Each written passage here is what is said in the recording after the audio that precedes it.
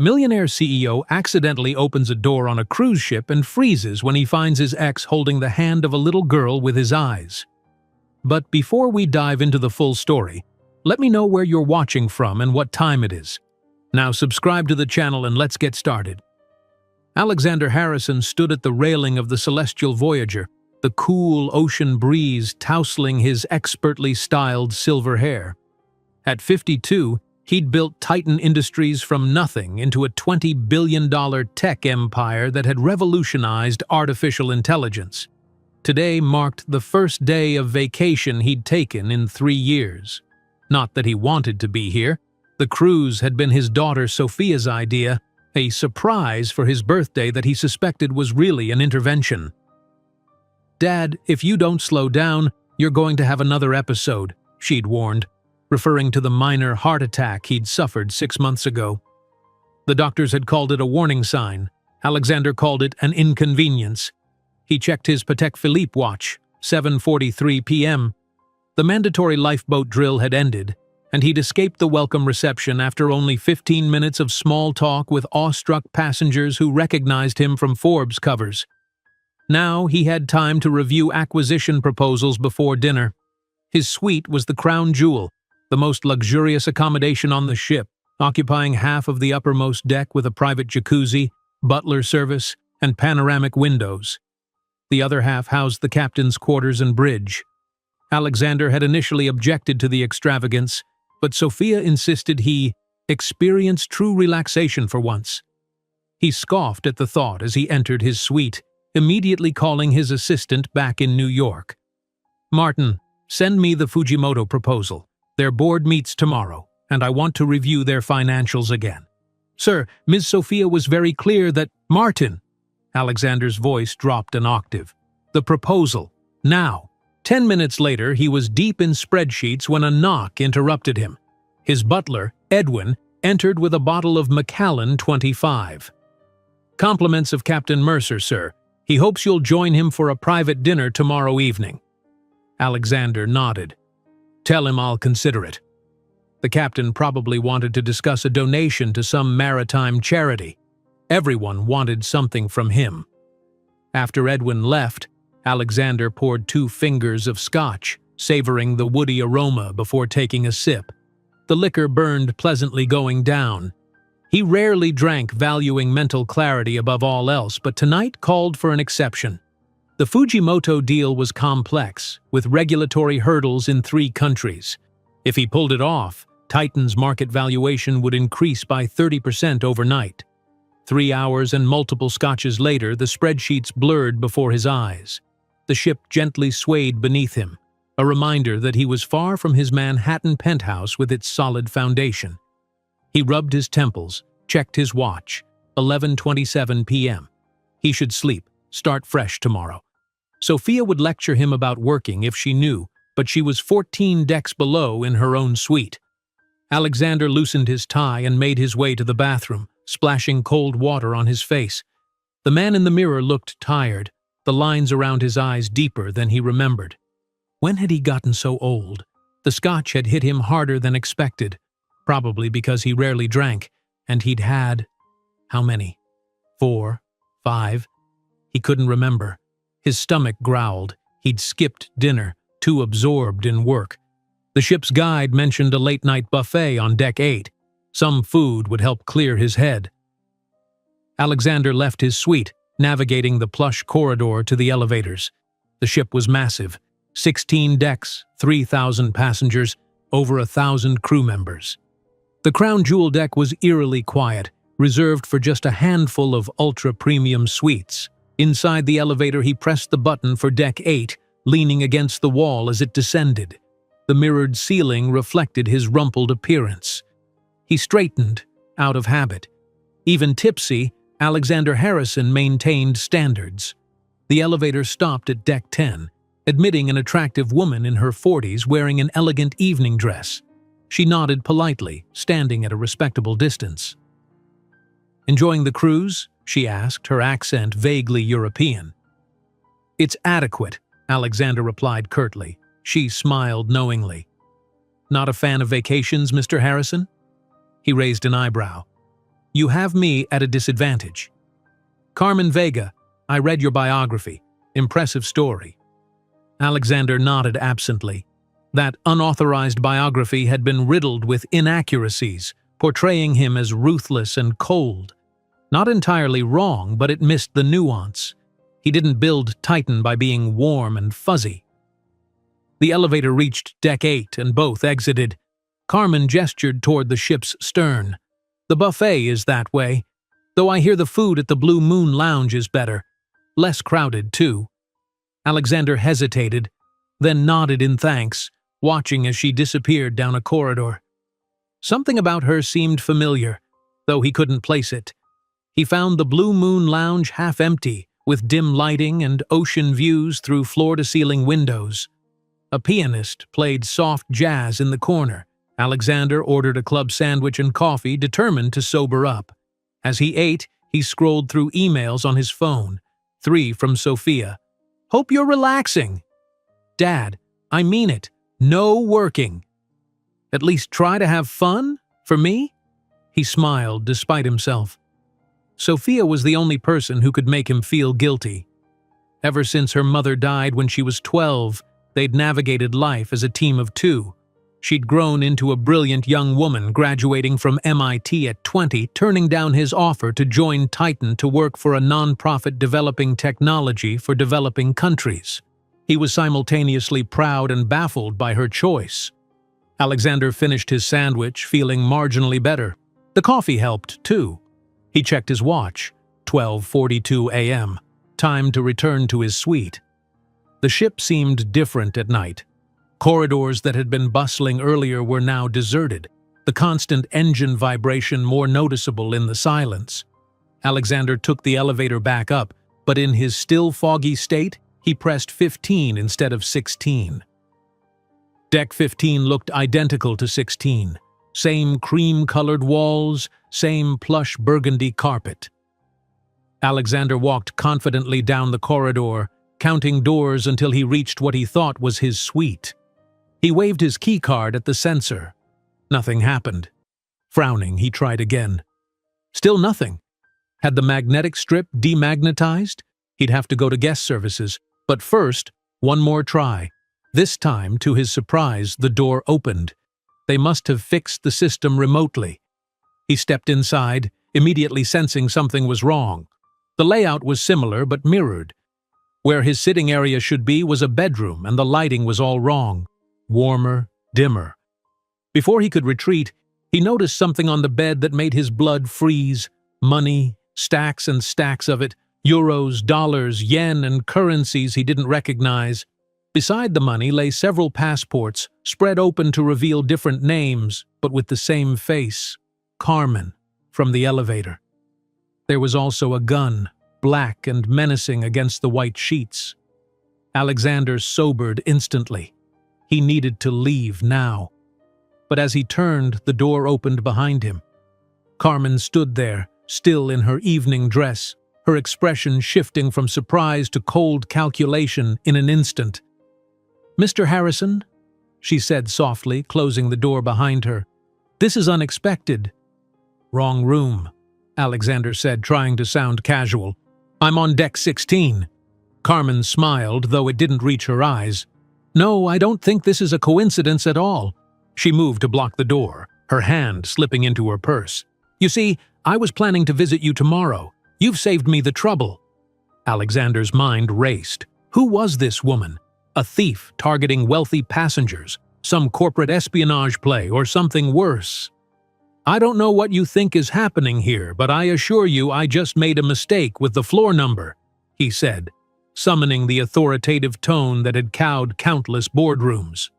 Carmen laughed softly. "Alexander Harrison doesn't make mistakes. That's what everyone says about you." She pulled something from her purse. Not a gun, but a folded newspaper clipping. She tossed it onto the bed next to the money. "Perhaps you should refresh your memory."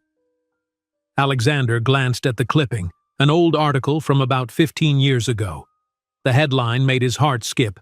"Tragic fire claims lives of tech researcher and family." "I don't understand," he said, though a terrible suspicion was forming.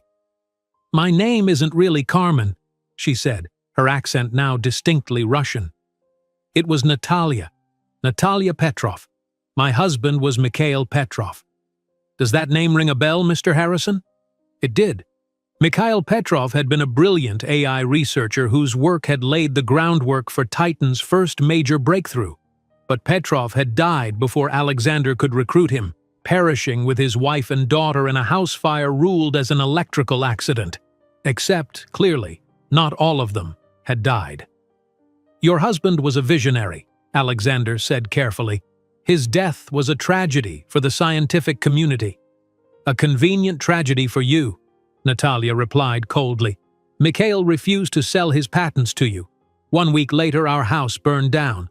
I got out. They didn't. Alexander's mouth went dry. You can't possibly think I had anything to do with that. Natalia studied him, her head tilted slightly. For 15 years, I've worked to get close to you, to find proof. Tomorrow night, we were scheduled to pass through a storm. It would have been tragic, another accident, the great Alexander Harrison falling overboard in rough seas. She stepped closer. But now you're here. Fate has a sense of humor, doesn't it? Alexander backed away until his legs hit the bed. This is insane. I had nothing to do with your husband's death. Nothing. Then explain this. Natalia produced a phone, playing an audio recording. Alexander heard his own voice, younger but unmistakable. Petrov is being difficult. Handle it. I don't care how, just make sure those patents come to us. The blood drained from Alexander's face. The recording was from a call with his former head of security, a man who died of a heart attack 10 years ago. The call had been about negotiating aggressively, not murder. But without context, it sounded damning. That's not what I meant, he said, his voice hollow. Save it for whatever God you believe in, Natalia replied, reaching again into her purse. This time she did pull out a gun. You took everything from me, my family, my life. Alexander raised his hands. Listen to me, please. I didn't order anyone's death. I'm not that person. There's more to that recording. Natalia's hand trembled slightly. 15 years, I've waited for this moment, planned for it, dreamed of it. If you kill me, you'll spend the rest of your life in prison, Alexander said, mind racing for a way out. Is that what your husband would want? What your daughter would want? Something flickered in Natalia's eyes. Doubt, perhaps. Or pain. My daughter would be 22 now. She might have changed the world like her father could have. Outside, thunder rumbled. The storm was arriving early. The ship lurched suddenly, making both of them stumble. The storm that had been forecast for tomorrow was clearly arriving ahead of schedule. Alexander seized the moment of distraction to calculate his options. The door was blocked by Natalia and her gun. The windows, reinforced and sealed. He could try to overpower her, but even in his prime, he'd been more comfortable in boardrooms than boxing rings. Sit down, Natalia ordered, gesturing to a chair in the corner with her gun. Alexander complied, his mind racing. The recording is incomplete. I was talking about aggressive negotiation tactics, not murder. Convenient explanation, Natalia replied coldly. Especially since the man you were speaking to, Hector Diaz, wasn't it, died before he could contradict you. Alexander's eyebrows shot up. Hector died of a heart attack at 52, the same age I am now, ironically. Another convenient heart attack. Natalia kept the gun trained on him while she gathered the passports from the bed with her free hand. You leave quite a trail of convenient deaths behind you, Mr. Harrison. This is absurd, Alexander said, trying to keep his voice level. I built my company through innovation and strategic acquisition, not murder. I had no reason to kill your husband. His patents would have been useful, but they weren't essential to Titan's development. Natalia's laugh was bitter. Not essential? Mikhail's neural mapping algorithm became the foundation of your AI platform, the platform that made you billions. Alexander shook his head. We developed similar technology in-house. It would have taken longer without Petrov's insights, yes, but longer means losing the race, Natalia interrupted. You were competing with Zhang Dynamics and Neocortex. Being second to market would have meant failure. You couldn't afford to wait, and Mikhail wouldn't sell. She wasn't wrong. Those had been desperate days for Titan. His initial public offering had been approaching, and investor confidence hinged on beating their competitors to market. When Petrov refused to sell, Alexander had been furious. He remembered shouting at Hector to handle it. But he'd meant through legal channels, leveraging their considerable resources to convince Petrov or find alternative solutions. Hadn't he? The ship pitched again as the storm intensified. Rain lashed against the windows and distant thunder rumbled. The lights flickered momentarily.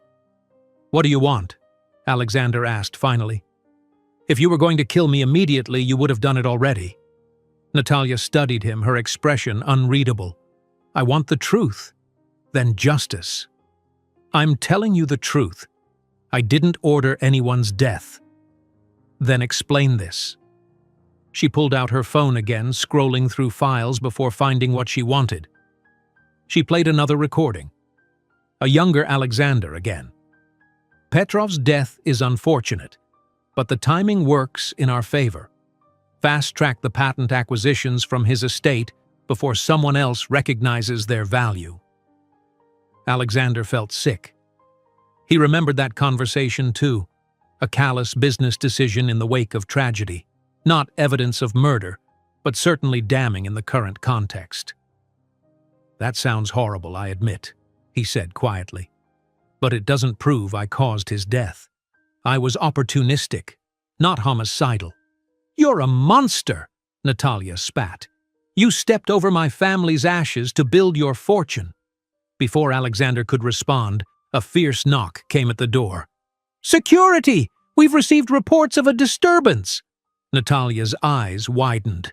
She gestured with the gun for Alexander to remain silent. "Everything's fine," she called out, her voice steady despite the tension. "My husband and I were just having an argument. Sorry for the noise." There was a pause. "Ma'am, we need to check that everything is all right. Please open the door." Natalia hesitated, then whispered to Alexander, "Tell them everything is fine, or I start shooting." Alexander weighed his options. Security might save him, or they might die trying, and he'd still be trapped with an armed, vengeful woman. "It's all right," he called. "My wife and I were having a disagreement. Everything's under control now." Another pause. "Mr. Harrison? Is that you, sir?" Alexander silently cursed. Of course they'd recognize his voice. "Yes," he replied, watching Natalia's finger tighten on the trigger. "I'm afraid I've had a bit too much to drink and wandered into the wrong room. Embarrassing mistake. We've sorted it out now." "Sir, this is most irregular. We need to verify your safety." "I understand your concern," Alexander said, summoning his most authoritative tone. "But I assure you, everything is fine. Please respect our privacy." After a moment, the security officer responded, "Very well, sir. Please call the front desk if you need assistance." Footsteps retreated down the corridor. Alexander exhaled slowly. "Quick thinking," Natalia said. "But they'll be back. Security will check with your real wife or companion. I'm traveling alone, except for my daughter who's several decks below. It might be hours before anyone realizes something is wrong." Natalia nodded, processing this information. "Good. That gives us time." "Time for what?" Alexander asked, though he feared he knew the answer. "For you to confess, to tell me exactly what happened to my family, and then—" She didn't finish the sentence, but her intention was clear. The ship pitched violently, sending a lamp crashing to the floor. The storm was worsening. "I cannot confess to something I didn't do," Alexander said firmly. "But I will tell you everything I know about your husband's death." Natalia gestured for him to continue, her gun unwavering. "Mikhail approached us first, not the other way around," Alexander began. "He'd developed his algorithm and was shopping it to potential buyers. We negotiated for weeks, but ultimately he decided our offer wasn't generous enough. He was going to sign with Neocortex. Lies, Natalia hissed. He would never have worked with them. Their ethics were questionable, which is exactly why he came back to us. He discovered something about their research applications that disturbed him. Military applications, I believe. He contacted me the day before the fire saying he was reconsidering our offer. Natalia's expression flickered with uncertainty. No, that's not possible. He never mentioned reconsidering.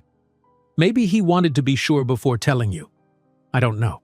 What I do know is that his death derailed our negotiations, not sealed them. It took months to work through the legal complications of acquiring his research from his estate. If I'd wanted his work without him, there were simpler ways than murder. You expect me to believe this? Natalia demanded, but doubt had crept into her voice. I expect you to consider that you might not have the full picture. Alexander leaned forward, his gaze intense. Think about it.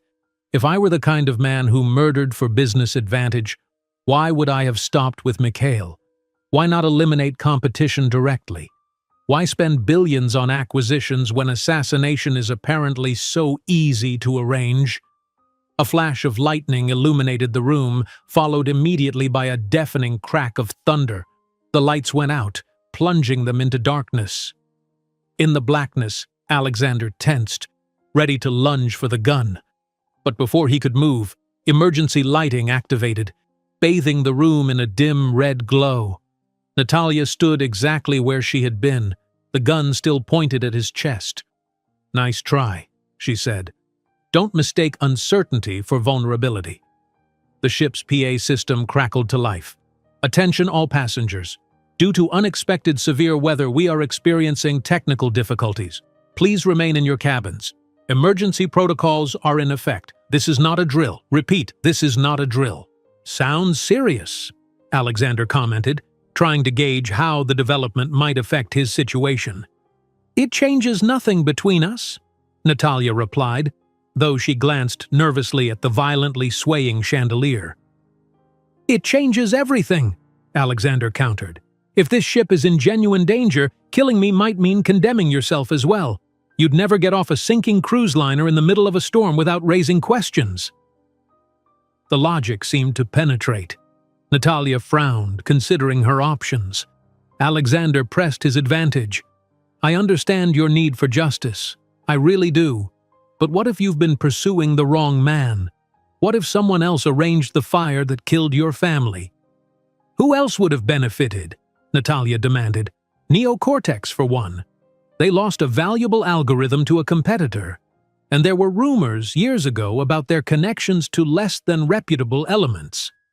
"You're trying to confuse me," Natalia said, but her conviction was wavering. "I'm offering you an alternative perspective," Alexander replied. "If I'm guilty, I'm at your mercy. But if I'm innocent, you're about to murder a man who had nothing to do with your family's death." The ship lurched again, more violently this time. A heavy picture frame crashed to the floor, glass shattering. The movement threw both of them off balance. Natalia stumbled but kept her grip on the gun. Alexander remained seated, making no attempt to capitalize on her momentary vulnerability, a calculated decision to build trust. "Why should I believe anything you say?" Natalia asked, steadying herself against a wall. "Because I'm offering to help you find the truth," Alexander said. "Whatever it might be. If I'm guilty, you'll have your proof and your revenge. If someone else is responsible, you'll finally have real justice." Natalia's eyes narrowed. "And I'm supposed to believe that Alexander Harrison, ruthless billionaire, would risk his life and reputation to help the widow of a man he barely knew?" "Not for Mikhail," Alexander clarified. "For you. Because 15 years ago, I may have made a callous business decision that compounded your tragedy. I didn't cause your husband's death, but I profited from it without a second thought for the human cost. That's a different kind of wrong, but one I can try to make right." The ship's PA system crackled again. "Attention passengers. The captain has ordered all emergency procedures activated. Watertight doors are now sealing. Remain calm and stay in your cabins. Crew members will provide further instructions." An alarm began to sound, pulsing through the ship. "We're in trouble," Alexander said quietly. "Real trouble."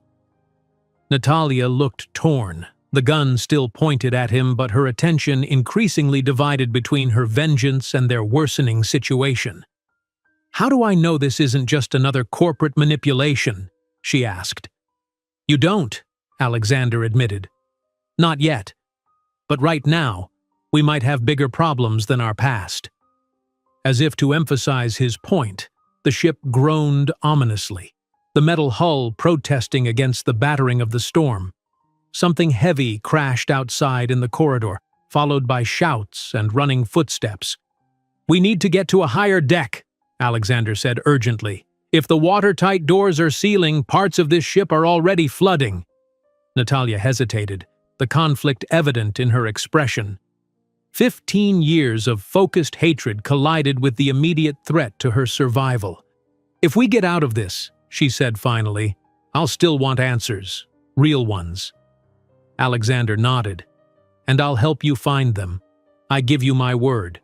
"The word of a man I've spent 15 years hating," Natalia said with a grim smile. But she lowered the gun, tucking it back into her purse. "All right, Mr. Harrison. Lead the way." Alexander stood cautiously. "My name is Alexander, and if we're going to survive this night, Natalia, we'll need to trust each other, at least temporarily." Another violent shudder ran through the ship. Something was very wrong with the celestial voyager, and both of them knew it. Alexander opened the cabin door cautiously. The corridor was in chaos, passengers in various states of dress rushing toward the stairwells, crew members attempting to maintain order. The emergency lighting bathed everything in an ominous red glow, and the alarm continued its rhythmic wailing. "Follow me," Alexander said, his CEO instincts kicking in. Crisis management was something he understood. "We need to get to my daughter first." Natalia hesitated. "Your suite is on deck 16, the highest passenger deck. That's where we should head." "Not without Sophia," Alexander replied firmly. "She's on deck 5, near the waterline." The ship lurched again, sending several passengers stumbling into walls. A crew member with a megaphone appeared at the end of the corridor. "All passengers proceed to your muster stations immediately. This is not a drill. Take only essential items and life jackets." The situation was deteriorating faster than Alexander had anticipated. He turned to Natalia. "Coming with me means risk. Staying here might be safer in the short term." Natalia studied him, weighing her options. Finally, she nodded. "Let's go. The elevators will be shut down during an emergency. We'll need to use the stairs." They pushed against the flow of passengers heading upward, making their way toward the central stairwell. The ship's violent movements made simple walking a challenge. Twice they had to brace against walls as particularly strong waves hit. "What do you think happened?" Natalia asked as they descended past deck 12, voices echoing in the stairwell. "Could be anything. Hull breach, engine failure, fire." Alexander had to raise his voice above the chaos. "But for them to seal watertight compartments, water's getting in somewhere." A crew member tried to stop them at deck 10. "Sir, ma'am, you must go up, not down." Alexander pulled out his key card. "My daughter is below, crown jewel passenger, I'm getting her." The crew member hesitated, then stepped aside. "Hurry, sir. Decks 3 and 4 are already being evacuated, water's coming in fast." This news accelerated Alexander's pace. As they continued downward, the stairwell became less crowded. Most passengers from the lower decks had already evacuated upward.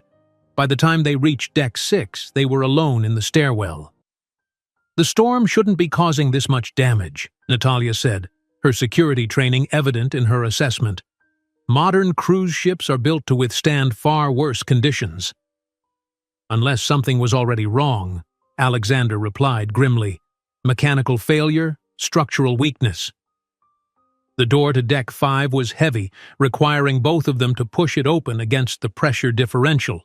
Not a good sign. The corridor beyond was eerily quiet, the carpet already squishy underfoot. "What's your daughter's cabin number?" Natalia asked, businesslike. 5217. midship starboard side. They splashed through inch-deep water, moving as quickly as they could. Distant shouts and the persistent alarm created a surreal soundtrack to their mission. Most cabin doors stood open, their occupants long evacuated. When they reached 5217, Alexander's heart sank. The door was open, the cabin empty. Sophia's belongings were scattered about. She'd left in a hurry. "She's evacuated already?" Natalia said, relief evident in her voice. "Maybe." Alexander moved to the nightstand, finding Sophia's phone still plugged in. She wouldn't leave without this. As if on cue, his own phone vibrated in his pocket. A text from an unknown number. "Dad, borrowed someone's phone, mine dead. I'm helping with evacuation on deck 3. Medical emergency. Come quick if you get this." Alexander showed the message to Natalia, whose expression darkened. "Deck 3 is below the waterline. If there's flooding..." Alexander was already moving toward the door. "She's a volunteer emergency medical technician. She would stay to help." The water in the corridor had risen noticeably in just the few minutes they'd been in Sophia's cabin. They sloshed toward the stairwell, the ship's listing making the journey increasingly difficult. "If water's coming in this fast, we don't have much time," Natalia said as they reached the stairs. "The integrity of the lower decks must be severely compromised." Alexander didn't respond, taking the stairs 2 at a time. The situation on deck 4 was worse, water nearly 6 inches deep and rising visibly. Emergency lights flickered, threatening to fail completely. The air was heavy with the smell of seawater and something else. Smoke. "Fire and flooding," Natalia muttered. "Not good." The door to deck 3 was blocked by a crew member, his uniform soaked to the waist. "You cannot go down. Deck 3 is being evacuated now. Proceed upward immediately." "My daughter is down there," Alexander insisted. "She's helping with a medical emergency." "Sir, I have strict orders." Alexander pulled out his wallet, extracting several $100 bills. "My daughter, now!" The crew member's resolve wavered, then broke. He pocketed the money and stepped aside. "Starboard side is completely flooded. Medical station was set up in the main lounge, port side. But sir, it's dangerous, very dangerous." Alexander pushed past him, Natalia close behind. As they descended to deck 3, the situation became apocalyptic. Water sloshed knee-deep through the corridor, which now tilted at an alarming angle. Emergency lights strobed, creating a disorienting effect. The distant sound of metal groaning under pressure provided a terrifying backdrop. "Main lounge should be this way," Alexander called over his shoulder, struggling against the water's resistance. They waded forward, using the walls for support as the ship continued to list. Rounding a corner, they came upon a makeshift medical area. Several passengers lay on tables being attended to by crew members and a few passengers with medical training. Among them, her dark hair tied back and her hands applying pressure to a bleeding wound, was Sophia. "Dad!" she exclaimed, seeing him. "What are you doing here? You need to evacuate." "I came for you," Alexander said, wading toward her. "We need to go. Now." Sophia shook her head stubbornly. "I can't leave these people. This man has a severe laceration and possible concussion. Those twins are in shock, and the elderly woman needs oxygen." "The crew will handle it," Alexander insisted. "The crew is overwhelmed," Sophia shot back. "Half the medical staff is dealing with a fire in the engine room. The other half is trapped on the starboard side." A loud crack echoed through the ship, followed by a violent shudder. The lights went out completely for several seconds before the emergency system kicked back in. "We're out of time," Natalia said sharply. "This deck could be completely submerged in minutes." Sophia glanced at her curiously. "Who are you?" "A friend," Alexander answered before Natalia could speak. "Sophia, please. What would your mother say if she knew you were risking your life?" It was a low blow, and Alexander knew it. But it worked. Sophia's expression softened. "Let me at least help get these people to the stairs," she conceded. Together, they assisted the injured passengers. Alexander and Natalia took the elderly woman between them, while Sophia and a crew member supported the man with the laceration. The twins, teenage girls, followed closely behind, clutching each other's hands. The water had risen to mid-thigh by the time they reached the stairwell. The ship's listing had worsened significantly, making the simple act of walking a treacherous balancing act. As they began their ascent, a thunderous boom resonated through the hull, followed by the sound of rushing water. "Move!" Natalia shouted, practically carrying the elderly woman up the stairs.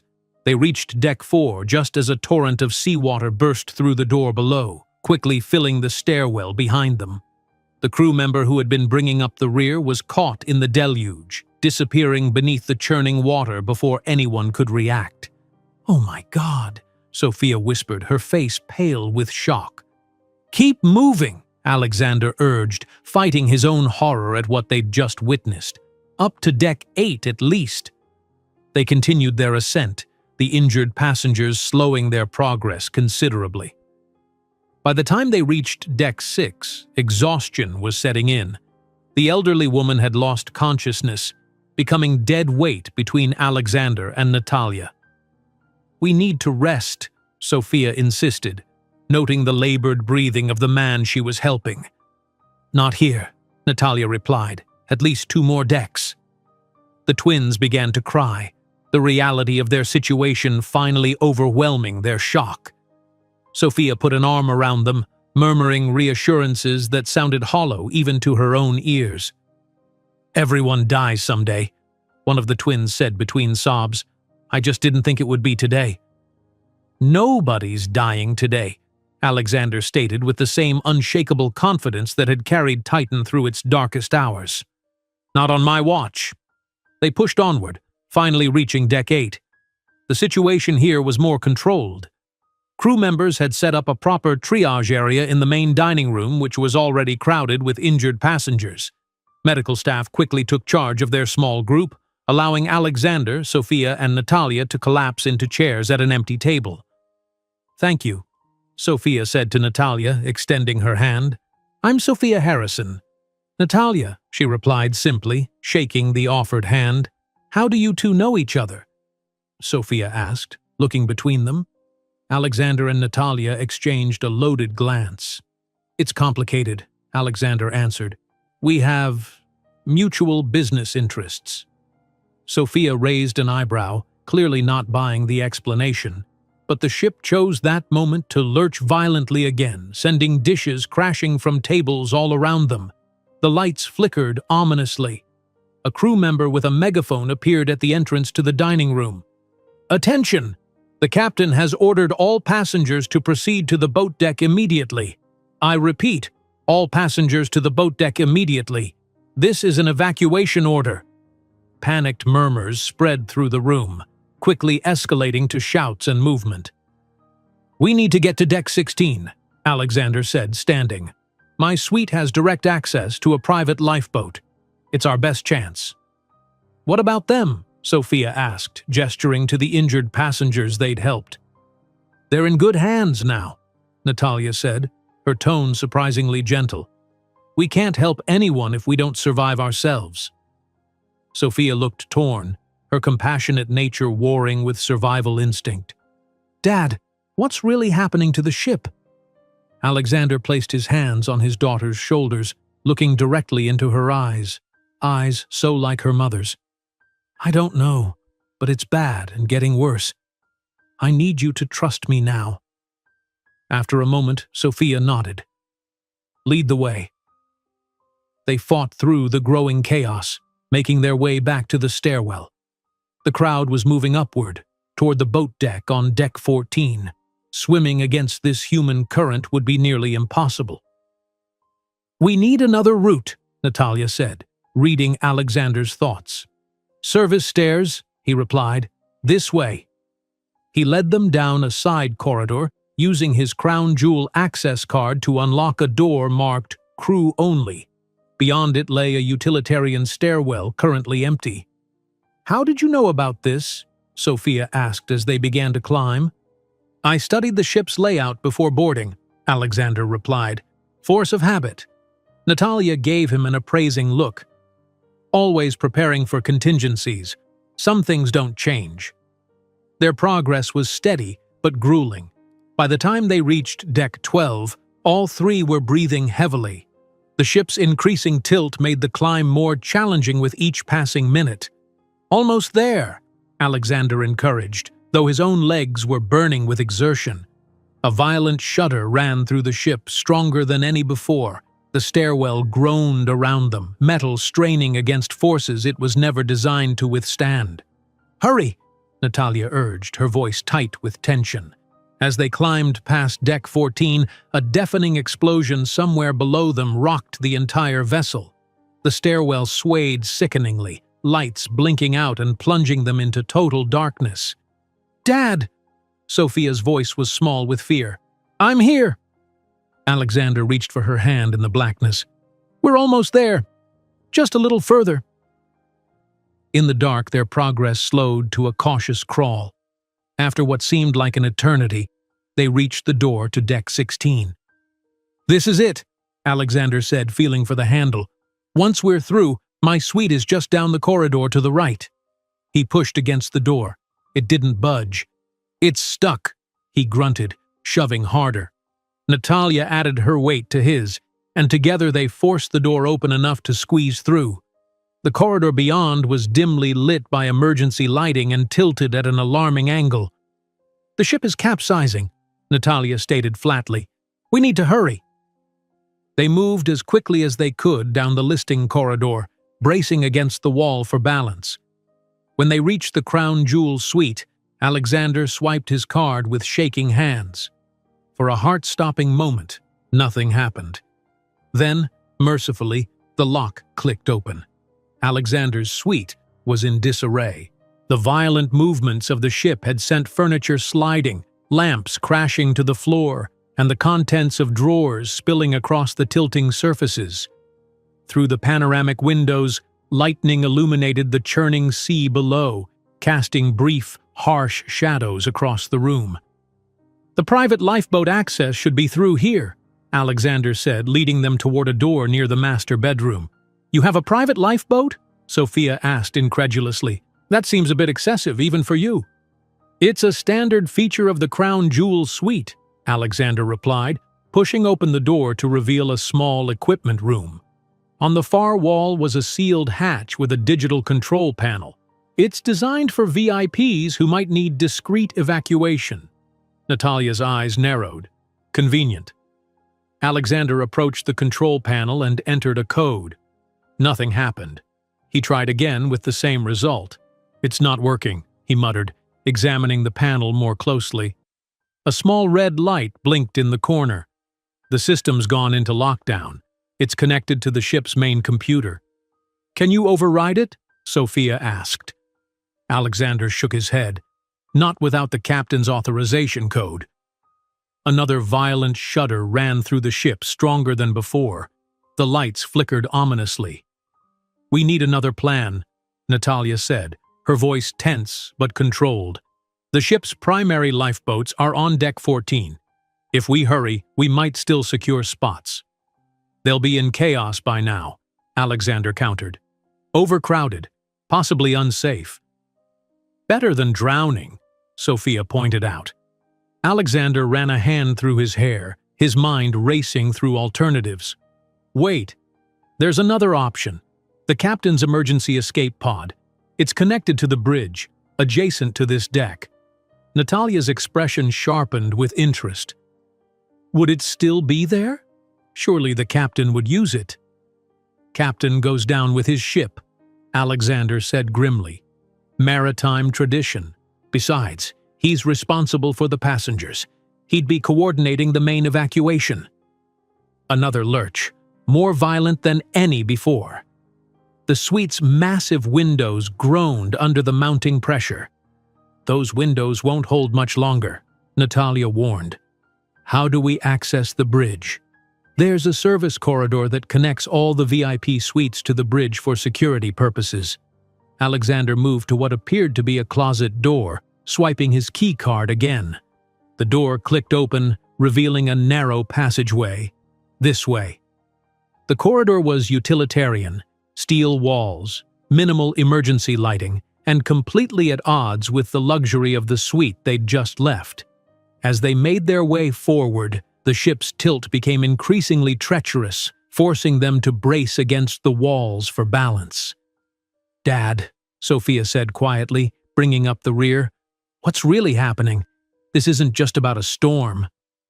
Alexander hesitated, unsure how much to reveal about the night's complications. Before he could formulate a response, Natalia answered, "Your father entered my cabin by mistake. We were resolving some old business when the storm hit." Her tone was neutral, giving nothing away. Sophia's eyes darted between them suspiciously. "What kind of business?" "The kind that can wait," Alexander interjected firmly. "Right now, our priority is survival." They reached a T-junction in the corridor. To the right, a sign indicated the bridge. To the left, the other VIP suites. "This way," Alexander directed, turning right.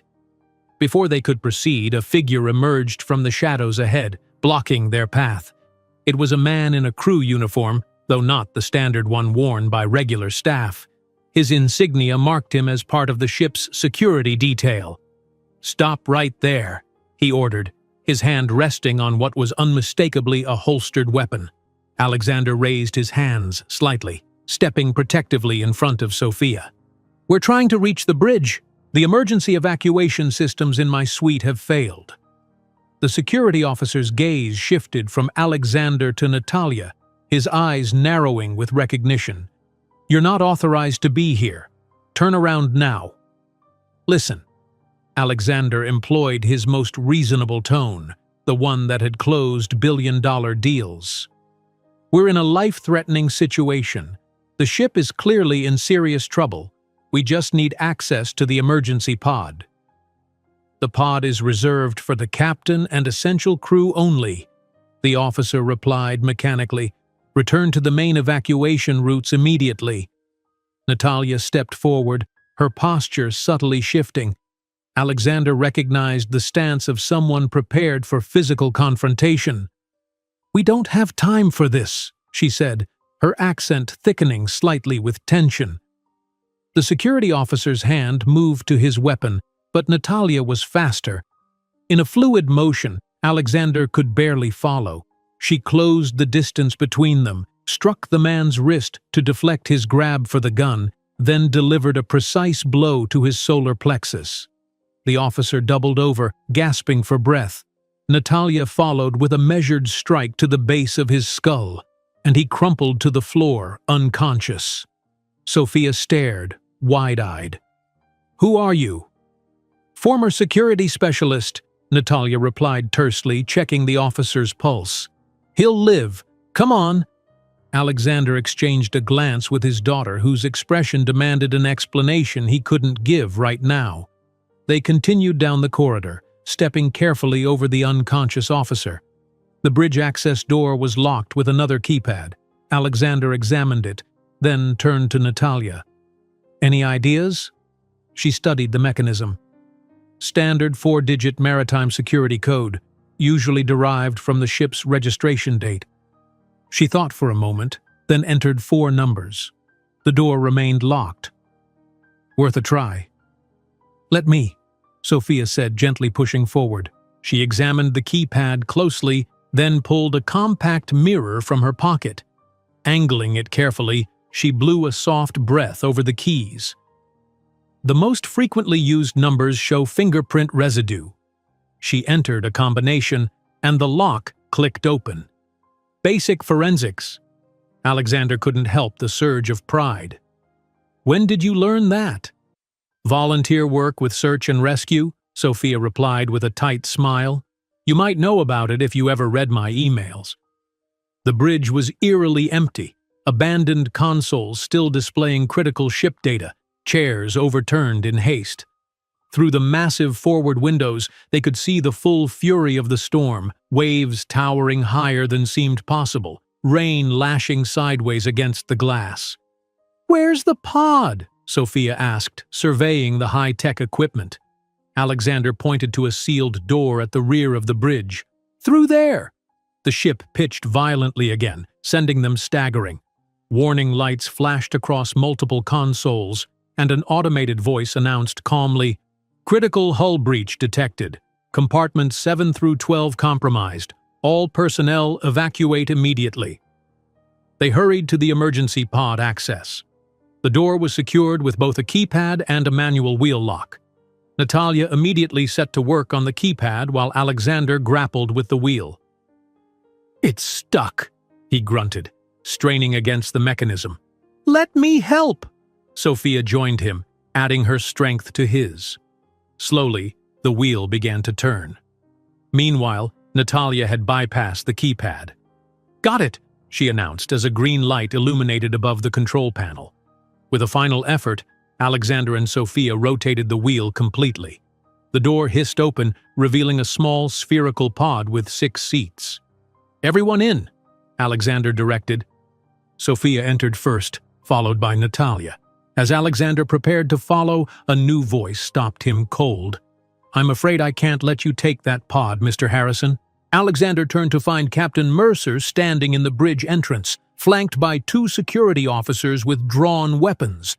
The captain looked haggard, his uniform soaked and disheveled, a deep cut bleeding above his right eye. "Captain," Alexander acknowledged, keeping his voice steady. "Your ship is sinking. We're simply trying to survive." "Survival," Captain Mercer repeated the word with a bitter laugh. "Isn't that what it always comes down to for men like you? Personal survival, no matter the cost to others." Something in the captain's tone raised alarm bells in Alexander's mind. This wasn't standard protocol. "The main evacuation seems to be in disarray," Alexander said cautiously. "Is there a problem we should know about?" "The problem, Mr. Harrison, is that this isn't merely an accident." The captain's eyes were hard. "The ship was sabotaged, primary and backup systems disabled, communications cut, and interestingly, it all points to someone with high-level access, someone like a VIP passenger with technical expertise." Alexander felt Natalia and Sophia watching him from inside the pod. "You think I had something to do with this? The timing is suspicious, isn't it? The famous tech CEO who happens to be on board when catastrophic systems failures occur. The same CEO whose company has been quietly acquiring maritime technology firms over the past year." "That's absurd," Alexander protested. "Why would I sabotage a ship I'm traveling on?" The captain stepped closer, his voice lowering. "Perhaps because you knew exactly how to ensure your own safety while testing certain capabilities." A terrible suspicion began to form in Alexander's mind. "What are you suggesting?" "Titan Industries has been developing autonomous naval systems for the military, hasn't it? What better way to demonstrate their effectiveness than by showing how vulnerable conventional ships are?" The accusation was so outlandish that Alexander was momentarily speechless. Behind him, he heard Natalia shift position, undoubtedly preparing for another potential confrontation. "Captain," Alexander said finally, "I had nothing to do with what's happening to your ship, but right now that's not the priority. There are still passengers to evacuate." Captain Mercer's expression darkened. "Most passengers are already in lifeboats. The crew is handling the rest. My concern now is preventing the person responsible from escaping." Another violent lurch rocked the bridge. Warning alarms increased in volume and urgency. One of the massive forward windows developed a spiderweb crack from the mounting pressure. "We don't have time for this," Alexander insisted. "That window is about to breach." "Step away from the pod, Mr. Harrison," the captain ordered, gesturing to his security officers to advance. Before they could move, Natalia emerged from the pod with startling speed. She struck the nearest officer with precision, disarming him in seconds. The second officer fired his weapon, the shot going wide as the ship lurched again. Sophia screamed from inside the pod. Alexander lunged forward, grappling with the captain. Though not physically imposing, Alexander's regular workouts with his personal trainer had kept him in reasonably good shape. Still, Captain Mercer was younger and stronger, quickly gaining the upper hand. "You won't get away with this," Mercer growled, pushing Alexander backward. "I didn't do anything!" Alexander shouted back, struggling to maintain his footing on the tilting deck. The forward window cracked further, the sound like a gunshot in the enclosed space. Water began to spray through the fissures, quickly intensifying to a steady stream. Natalia had neutralized both security officers and now rushed to Alexander's aid. Together, they pushed the captain back, creating enough space to retreat toward the pod. "This ship is about to go down," Alexander told the captain. "Come with us. We can sort out the accusations later." For a moment, Captain Mercer seemed to consider the offer. Then, his expression hardened again. "My place is with my ship." Before anyone could respond, the forward window gave way completely. The ocean crashed into the bridge with devastating force. The captain was swept away instantly, disappearing in the torrent of seawater that now poured into the command center. "Get in!" Alexander shouted, pushing Natalia toward the pod. They scrambled inside, pulling the hatch closed just as water flooded the compartment. Sophia was already strapped into one of the seats, her face pale with shock. "The captain, There was nothing we could do," Alexander said grimly, securing his own harness. Natalia moved to the pod's control panel, her hands flying over the interfaces with practiced efficiency. "Releasing docking clamps. Prepare for ejection." The pod shuddered as its securing mechanisms disengaged.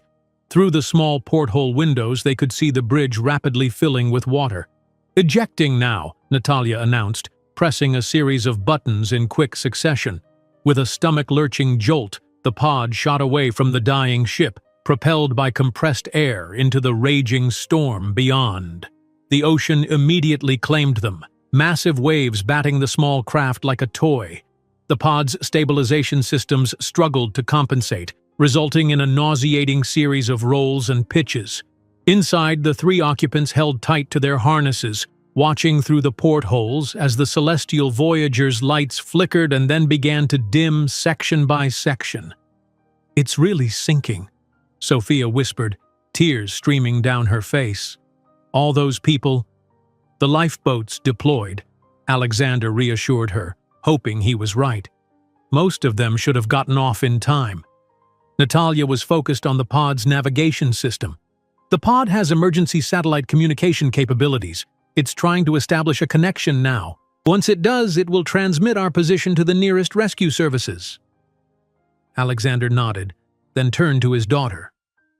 "Sophia, there's something you need to know about Natalia and why she was on the ship." Sophia looked between them, wiping away tears. "I figured it wasn't a coincidence." "No," Alexander admitted. "It wasn't."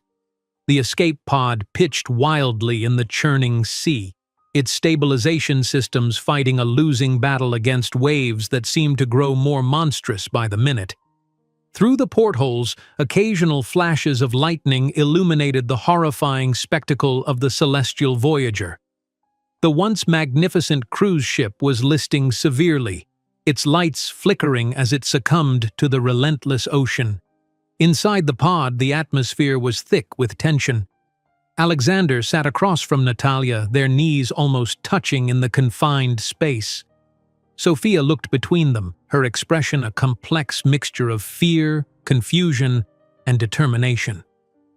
"Start talking," she said to her father.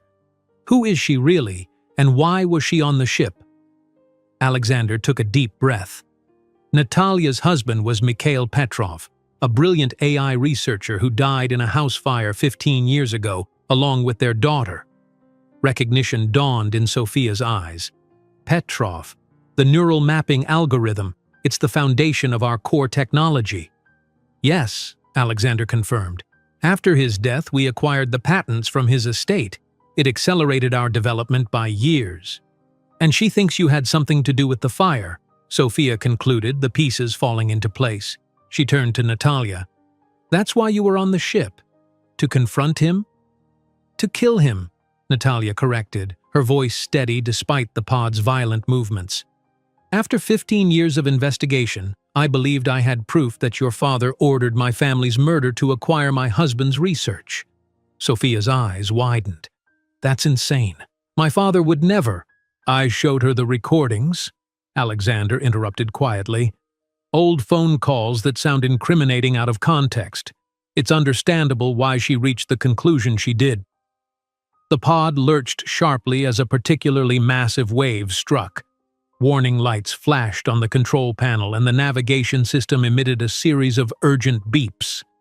"The beacon is malfunctioning," Natalia reported, examining the display.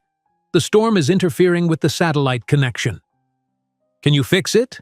Alexander asked, momentarily setting aside their personal drama. Natalia's fingers danced across the controls.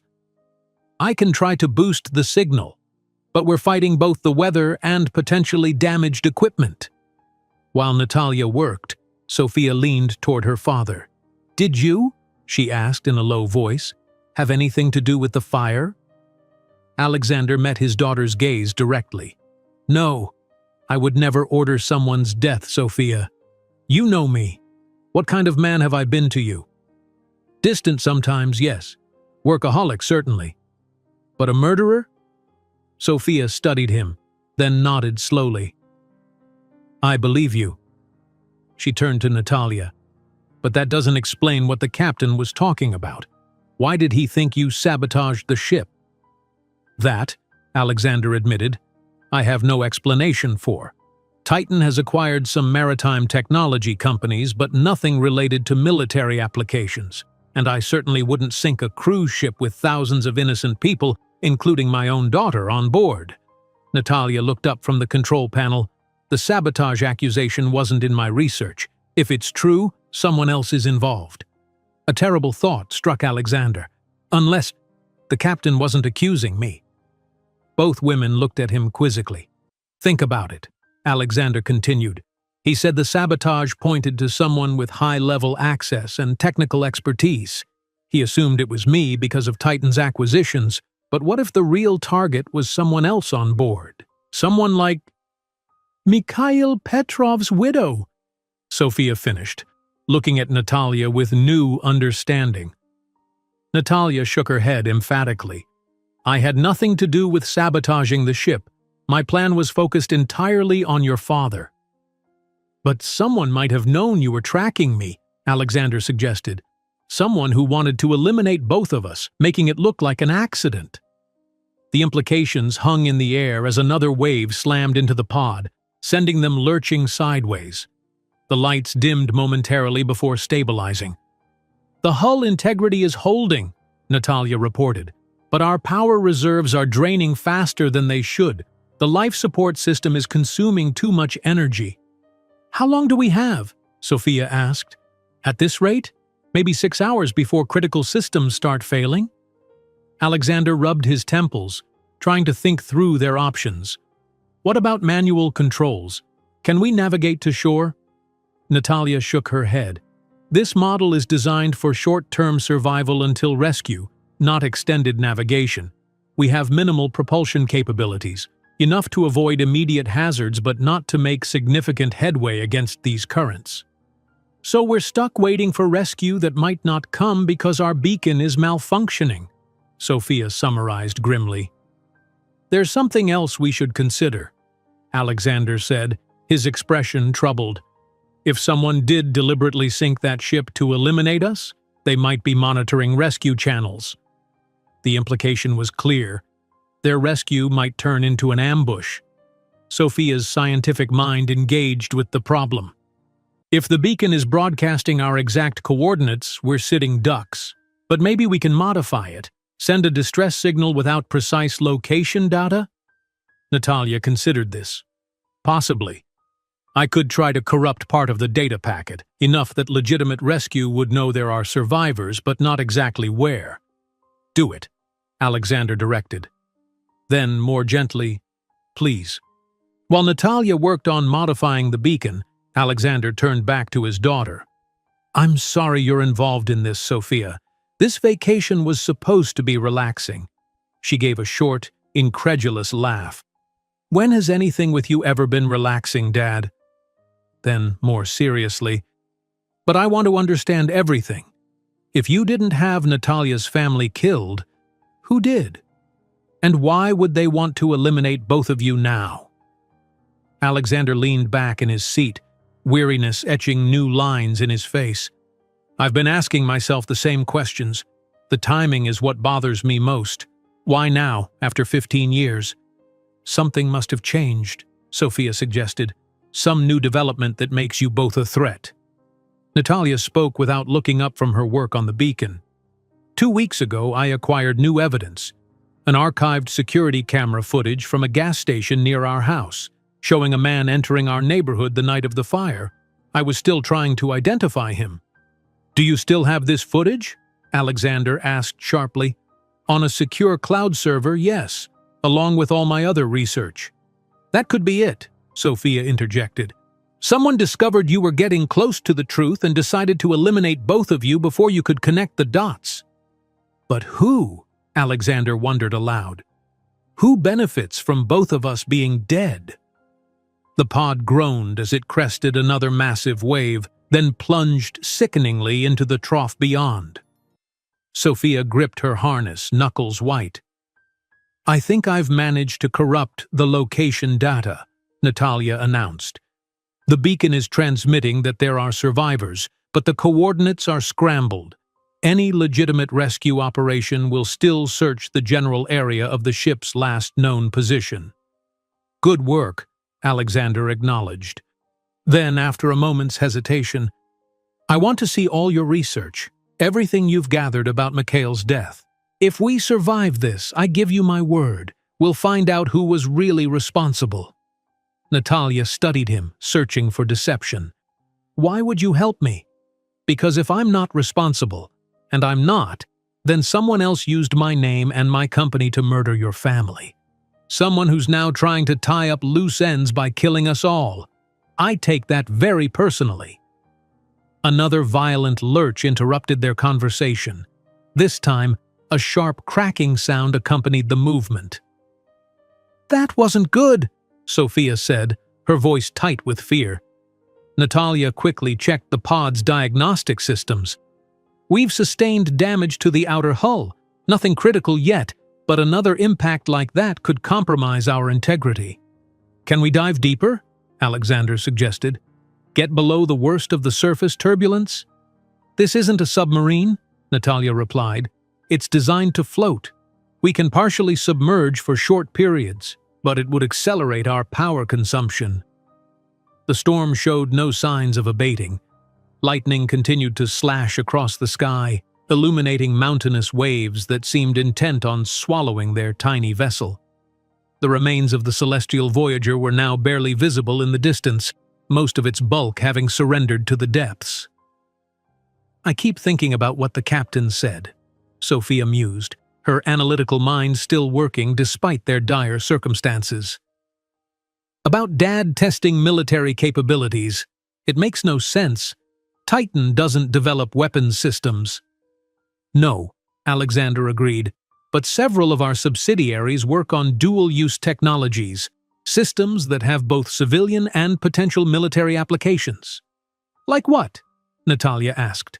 Automated navigation systems, advanced sonar, underwater communications networks. Alexander counted them off. None of them weapons, but all technologies that could theoretically be weaponized. Sophia's eyes widened with sudden realization. Dad, the Poseidon Project. Could that be what this is about? Alexander stared at his daughter. How do you know about Poseidon? That's classified. MIT has a research partnership with the Navy. I heard rumors during my graduate work. An autonomous underwater defense system that could disrupt enemy vessels. Natalia looked between them. Are you saying Titan is developing this Poseidon project? Not directly, Alexander clarified. We supplied some of the underlying technology, but the integration and weaponization aspects, those are handled by defense contractors. What if someone wants to demonstrate its effectiveness? Sophia suggested. Or worse, what if they want to frame Titan for its misuse? Before Alexander could respond, the pod was struck by another massive wave. This time, the impact was followed by the unmistakable sound of water spraying into the cabin. A hairline crack had formed in one of the portholes, admitting a fine mist of seawater. We need to seal that, Natalia said urgently. unbuckling her harness to inspect the damage. "There should be a repair kit," Alexander said, searching the compartments near his seat. "Standard emergency equipment." Sophia found it first, a small case containing specialized epoxy designed for temporary hull repairs. Natalia applied it to the cracked porthole with practiced efficiency. "That should hold," she said, returning to her seat. "But we can't take many more hits like that."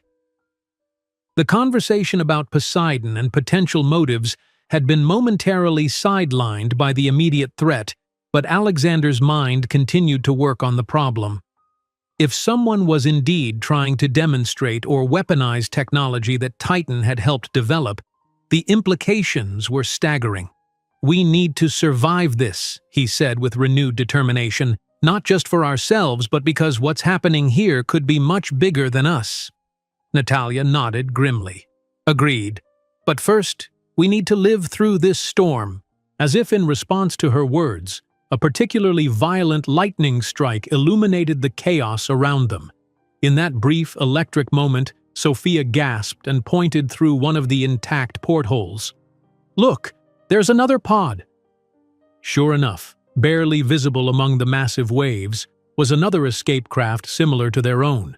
It bobbed precariously in the churning sea, approximately 200 yards away. "It must be from the Celestial Voyager," Alexander said. "More survivors." Natalia's expression darkened. "Or it could be whoever orchestrated this disaster, making sure no one escaped to tell the tale." The storm's fury increased, as if nature itself was determined to keep the pods apart. The distance between them grew as conflicting currents pushed them in different directions. "We're losing sight of them," Sophia said, straining to keep the other pod in view. "Maybe that's for the best," Natalia murmured, "until we know who's in it." Alexander kept his eyes fixed on the disappearing craft, a troubling thought forming in his mind. If Natalia was right and someone had orchestrated this entire disaster, then the other pod might contain either vital allies or deadly enemies. And soon, when the storm finally subsided, they would find out which. Dawn broke reluctantly over the turbulent sea, pale light filtering through the storm clouds that still dominated the horizon. The worst of the tempest had passed during the night, but substantial swells continued to rock the escape pod. Inside, Alexander, Sophia, and Natalia had fallen into an uneasy silence, each lost in their own thoughts as exhaustion finally claimed its toll. Alexander was the first to stir from his half-sleep, grimacing as he stretched muscles stiffened by hours of tension and confined space. The pod's interior was uncomfortably humid, condensation beading on the metal surfaces. Their breath had fogged the portholes, obscuring the view outside. "Power status?" he asked Natalia, who was already checking the control panel. 47%, she reported, her voice hoarse from thirst. "The life support systems are still functioning within acceptable parameters, but we should conserve where possible." Sophia woke at the sound of their voices, blinking away fatigue. "Any sign of rescue?" she asked hopefully. "Nothing yet," Alexander replied, wiping condensation from the nearest porthole to peer outside. "But visibility is still poor. They could be searching, and we wouldn't necessarily see them." The three of them had spent the night taking shifts to monitor the pod's systems and watch for the other escape craft they'd spotted. It hadn't reappeared, either carried away by the currents or deliberately maintaining distance. "I'm starving," Sophia admitted. "Is there any food on this thing?" Natalia opened a small compartment beneath her seat. "Emergency rations. Not gourmet, but they'll keep us alive." She distributed vacuum-sealed packages containing compressed protein bars and foil pouches of water. As they ate in silence, Alexander contemplated their situation. The immediate threat of drowning had receded, but they were far from safe. Lost at sea in a damaged escape pod with limited power and supplies, and somewhere out there, potentially, was the person who had engineered the destruction of the Celestial Voyager, someone who might still be hunting them. "We should discuss the Poseidon project," he said finally, breaking the quiet. It might be the key to understanding what's happening. Natalia looked up sharply. Tell me everything. No more half-truths. Alexander nodded. About 3 years ago, Titan was approached by the Department of Defense. They were interested in our autonomous navigation systems, particularly the deep-sea variants we developed for oceanographic research. The Mariana Project, Sophia interjected. Dad spent months perfecting those algorithms. Exactly. They were designed to allow unmanned submersibles to navigate the most challenging underwater environments autonomously. The DoD saw potential military applications and offered us a substantial contract to adapt the technology for their needs. Did you accept? Natalia asked. Alexander hesitated. Initially, yes. The project was classified, codenamed Poseidon. The stated goal was to develop underwater drones for reconnaissance purposes. But about 8 months into development, I discovered that the scope had quietly expanded. In what way? Sophia's expression was concerned. They weren't just building reconnaissance drones. They were developing a network of autonomous underwater weapons platforms. Systems that could identify, track, and potentially neutralize enemy vessels without human intervention. Killing machines, Natalia translated bluntly. Potentially, yes. When I discovered this, I pulled Titan out of the project immediately. We returned the advance payment and withdrew our engineers. I made it clear that we would not participate in autonomous weapons development. But they already had your technology, Sophia pointed out. Alexander nodded grimly.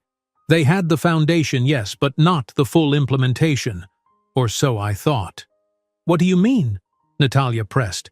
2 months ago, one of our former engineers who had been hired directly by the DoD contacted me privately. He was concerned about how the technology was being implemented. According to him, they had continued development using our initial work as a foundation. But there were irregularities. What kind of irregularities? Sophia asked. Unauthorized tests, deployments without proper oversight, and most concerning, evidence that the system might have been compromised. Compromised how? Natalia leaned forward, fully engaged now.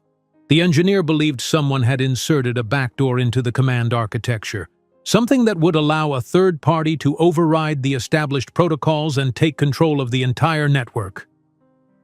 A heavy silence fell over the pod as the implications sank in. If someone had control of this Poseidon network, Natalia said slowly, what could they do with it? Alexander's expression was grim.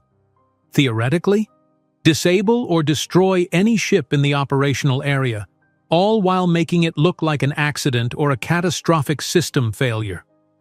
Like the Celestial Voyager, Sophia whispered. Possibly. Alexander rubbed his temples. The timing is suspicious. I was scheduled to meet with the Secretary of Defense next week to discuss my concerns about the project. I was going to recommend a complete security audit and potentially shutting down the network until safeguards could be implemented. And now you're presumed dead in a tragic maritime accident, Natalia concluded. Convenient. Alexander nodded. But that still doesn't explain why they would target you. Natalia considered this. What if my investigation into Mikhail's death accidentally touched on something related to Poseidon? Something I didn't recognize as significant at the time? That's possible, Alexander agreed. Tell me more about this new evidence you found, the security footage from near your house. Natalia closed her eyes briefly, accessing the memory. It's from a gas station about half a mile from our former home. The timestamp is approximately 1 hour before the fire was reported. It shows a man filling a gas can, then loading it into the trunk of an unmarked sedan. And you believe this man was involved in setting the fire? Sophia asked. The fire investigators determined an accelerant was used, likely gasoline, and this man was heading in the direction of our neighborhood shortly before the fire started. It's circumstantial, but significant. Do you have a clear image of his face? Alexander inquired. Not clear enough for facial recognition, but enough to notice distinctive features. He had a scar running from his left ear down his neck, very noticeable. Alexander frowned, something tugging at his memory. A scar like that would be hard to forget. Did you cross-reference it with any databases?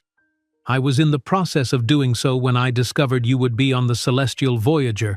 I prioritized confronting you directly. The pod lurched suddenly as a large wave struck. The temporary seal on the cracked porthole held, but barely.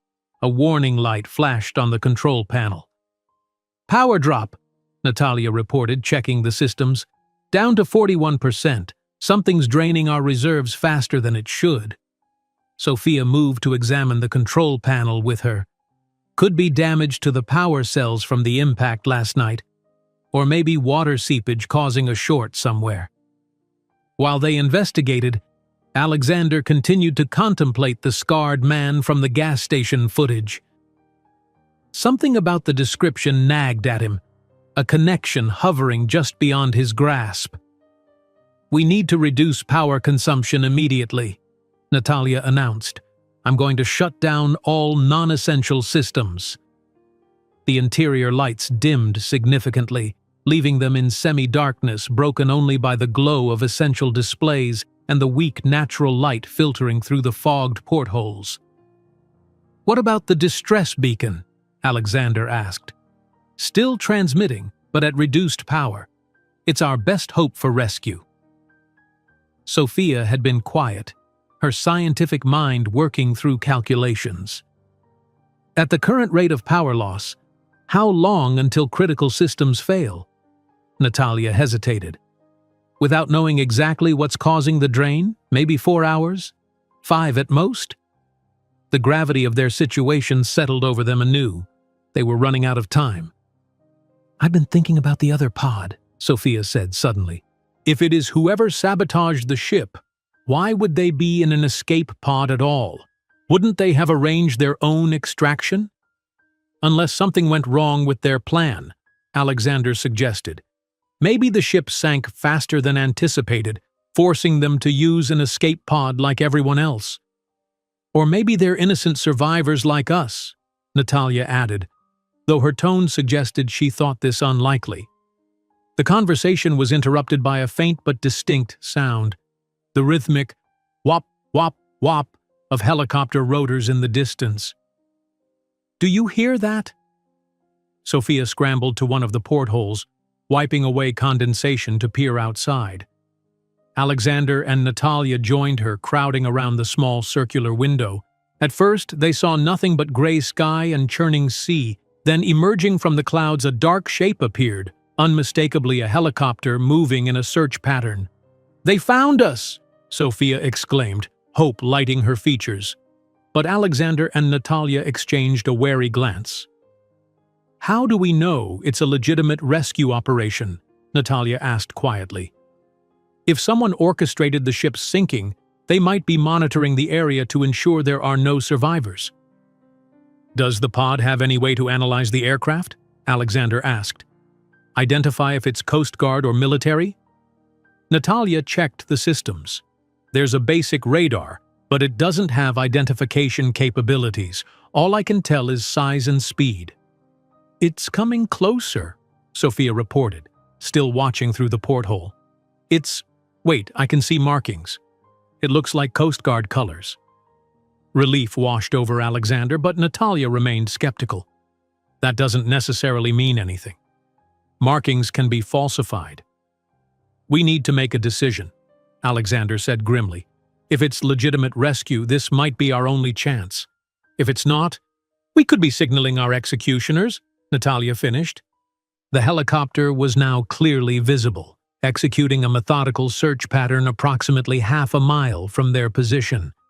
Soon, it would either spot them or move on to another sector. "I vote we signal them," Sophia said firmly. "Even if there's risk, we can't just sit here and slowly run out of power." Alexander nodded his agreement. "Natalia?" She hesitated, then conceded with a sharp nod. "There should be flares in the emergency kit." Alexander retrieved the kit and found 3 red aerial flares. With careful movements in the confined space, He positioned himself near one of the small top hatches designed for emergency egress. "Ready?" he asked, preparing to open the hatch. "Wait!" Natalia said suddenly. She was staring at a display on the control panel.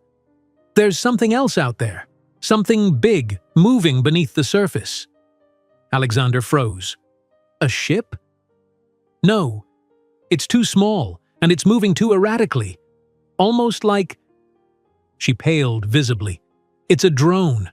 An underwater drone." The realization hit Alexander like a physical blow. Poseidon. "The helicopter could be legitimate," Sophia suggested hopefully. "Maybe they're using underwater drones to help search for survivors. Or maybe they're using Poseidon to ensure there are no survivors to rescue," Natalia countered darkly. Before they could debate further, the pod shuddered violently. Something had struck them from below, hard enough to send them tumbling against their harnesses. "What was that?" Sophia gasped. Natalia's hands flew across the control panel. "The drone. It's directly beneath us. I think it's trying to—" Another impact cut her off, stronger than the first. Warning lights flashed across the control panel as systems began to fail. The seal on the cracked porthole gave way, emitting a spray of seawater that quickly intensified to a steady stream. "It's trying to sink us!" Alexander shouted over the noise of rushing water and blaring alarms. "We need to abandon the pod!" "Into open ocean?" Sophia asked incredulously. "We'll never survive."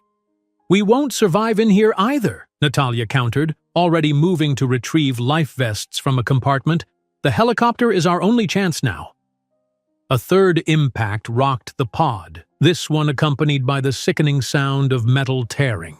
The stream of water became a torrent as a new breach opened in the floor. "Signal the helicopter," Natalia ordered, thrusting life vests at Alexander and Sophia. "Then we swim for it." Alexander didn't waste time arguing. He forced open the top hatch, which now faced the direction of the helicopter. Cold air and spray immediately assaulted him, but he pushed through, extending his arm outside with the flare. With a silent prayer, he activated it.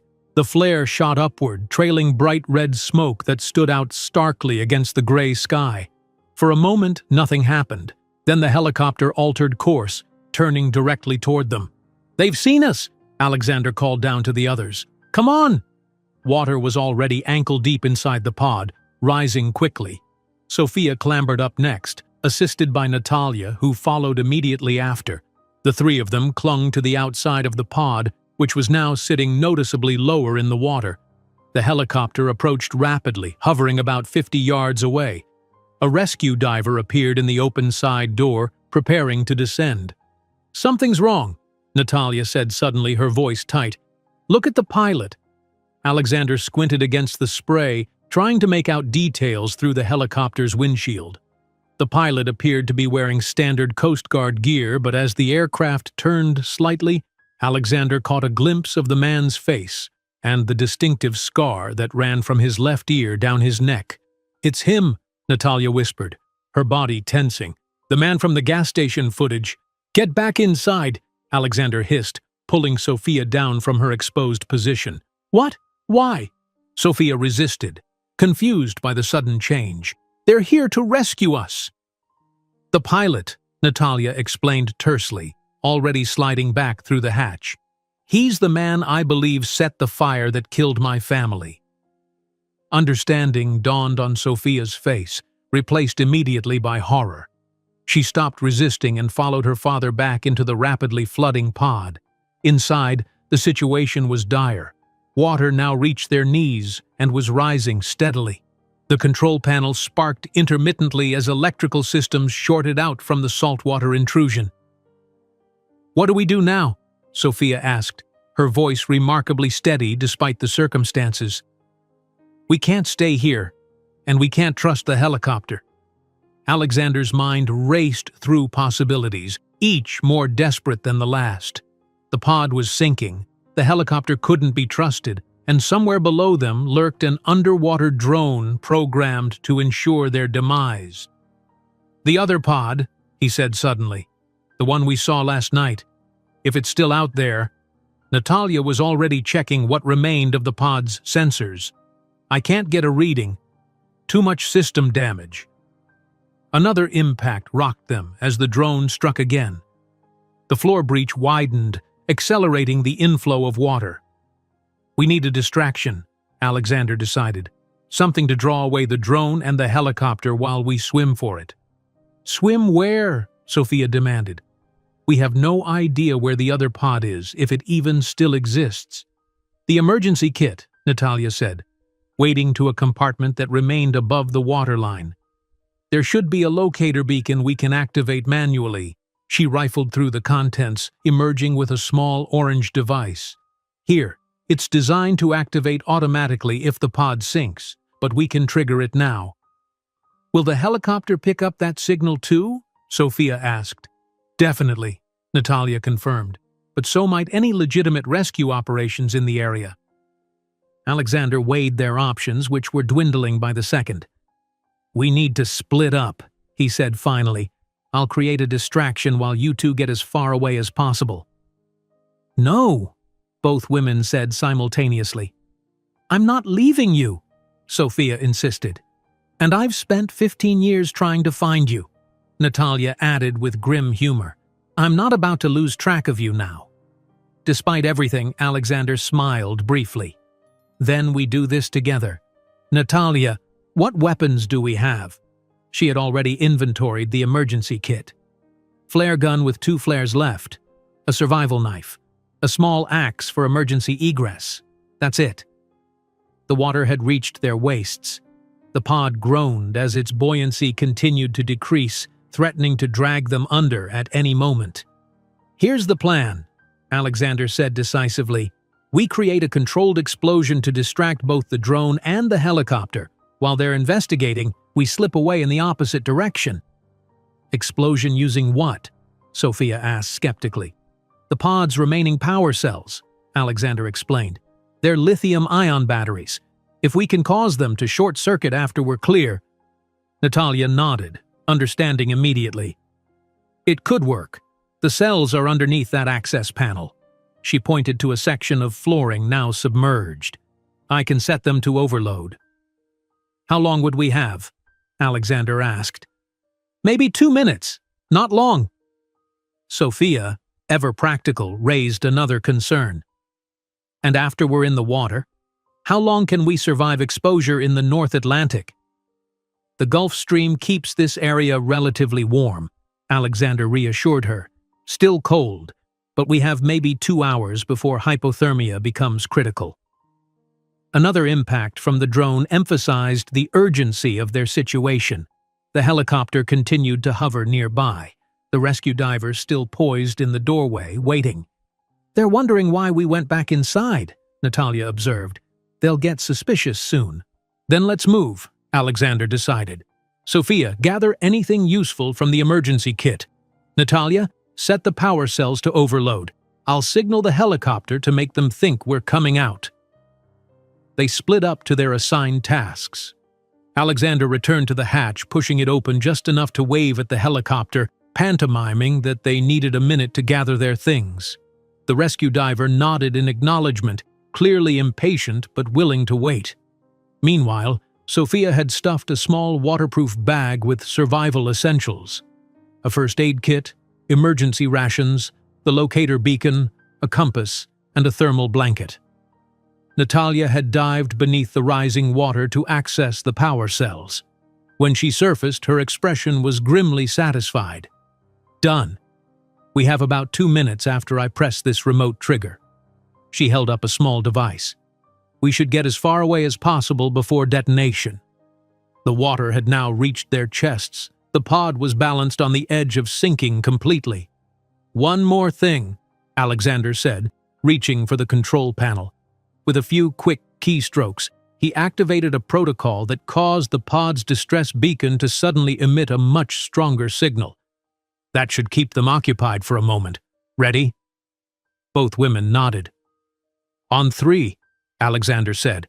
We exit through the hatch, dive deep immediately, and swim away from both the helicopter and where we think the drone is positioned.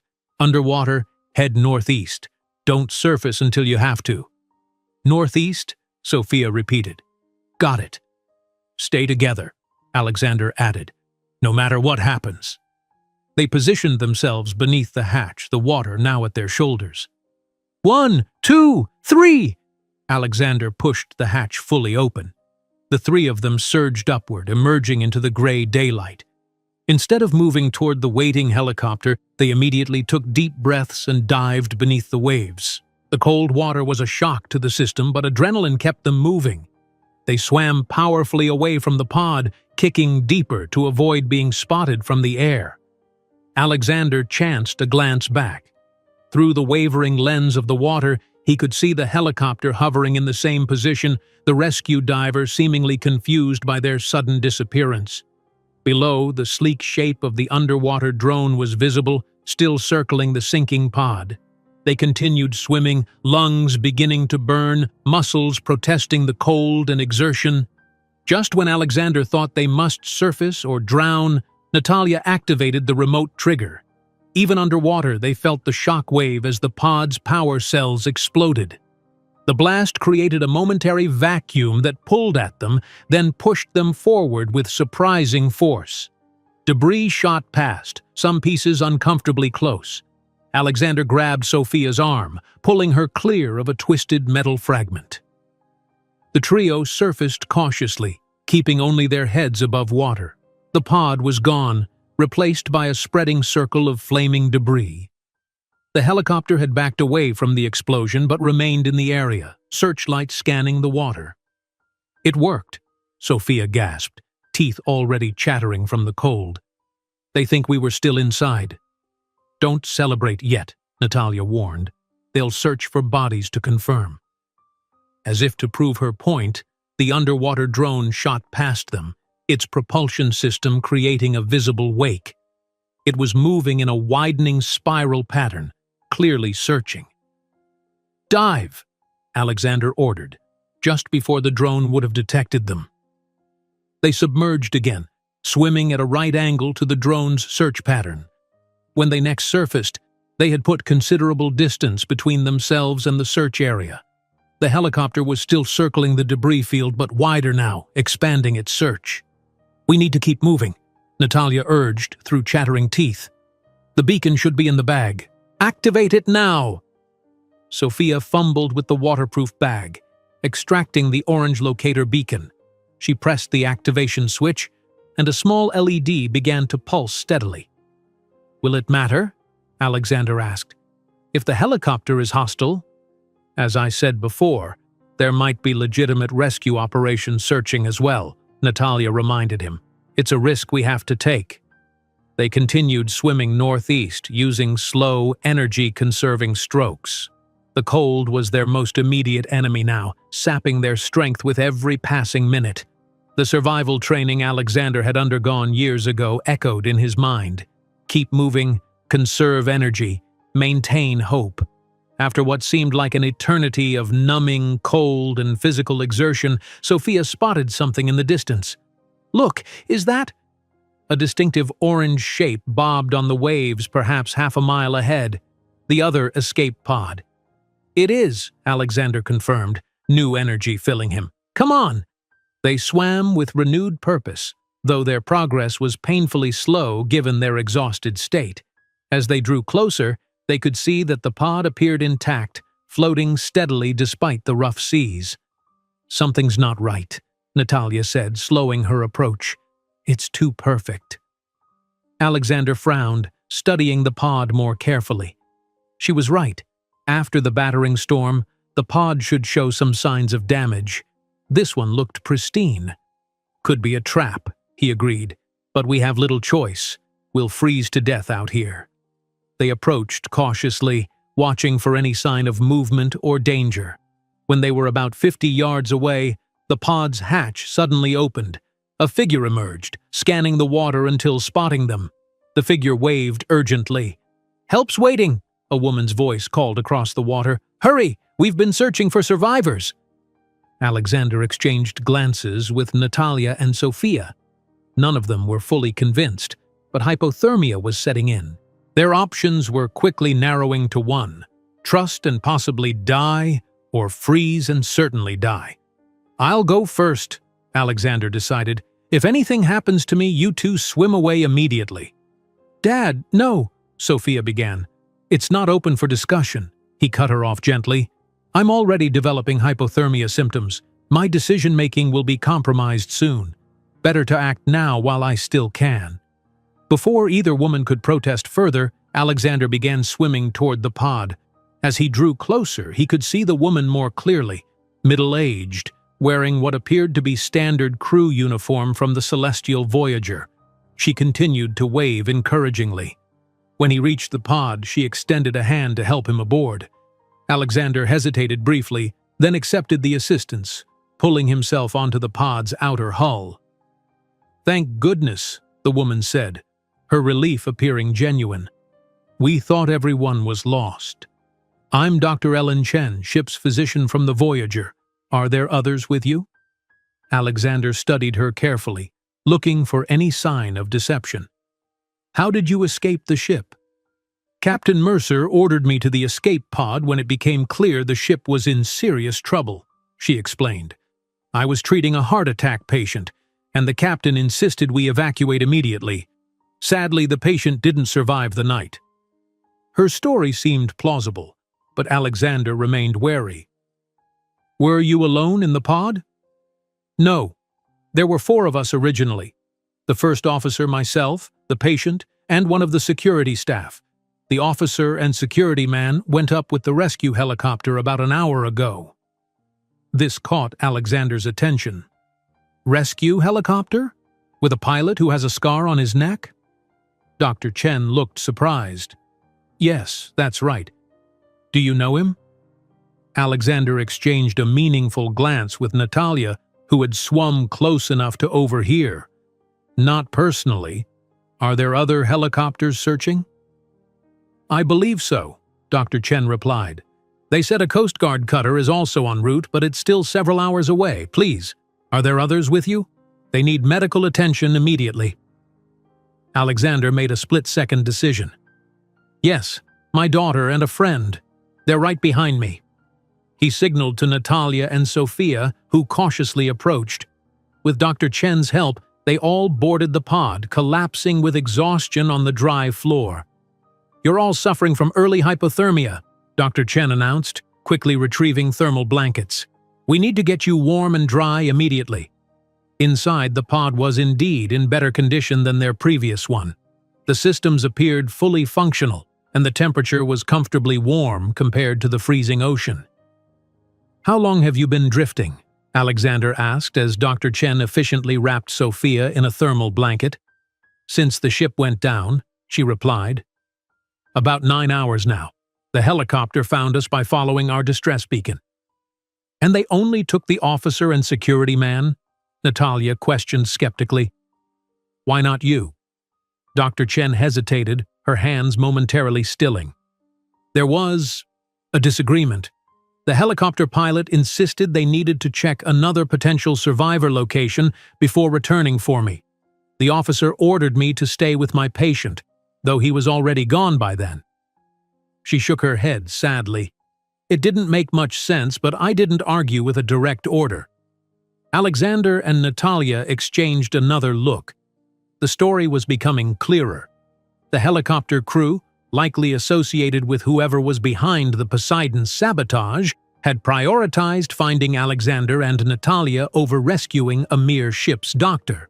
This other survivor location, Alexander pressed. Did they mention where specifically?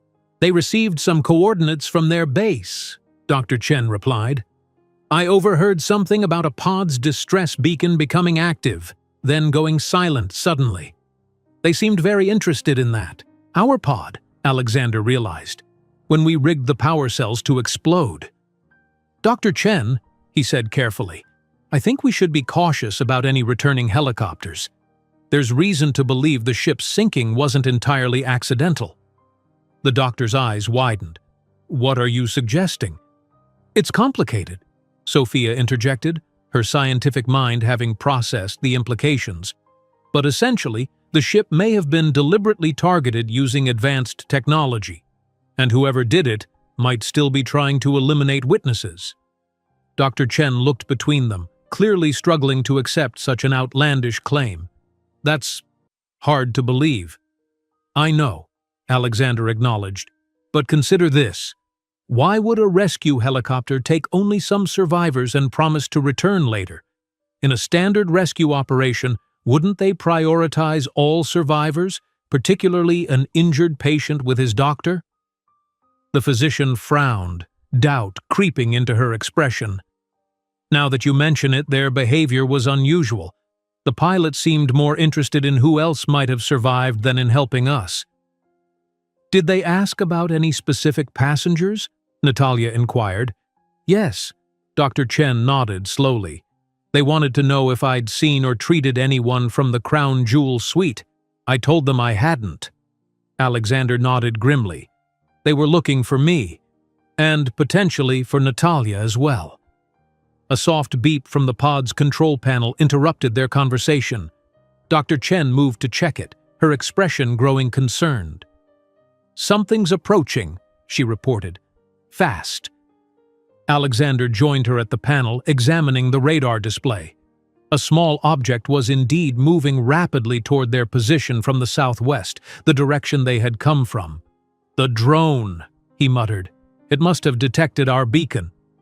We need to shut it down, Natalia said, already searching for the beacon to deactivate it.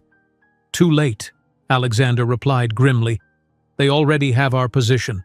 The radar showed the object slowing as it approached, eventually coming to a stop directly beneath them.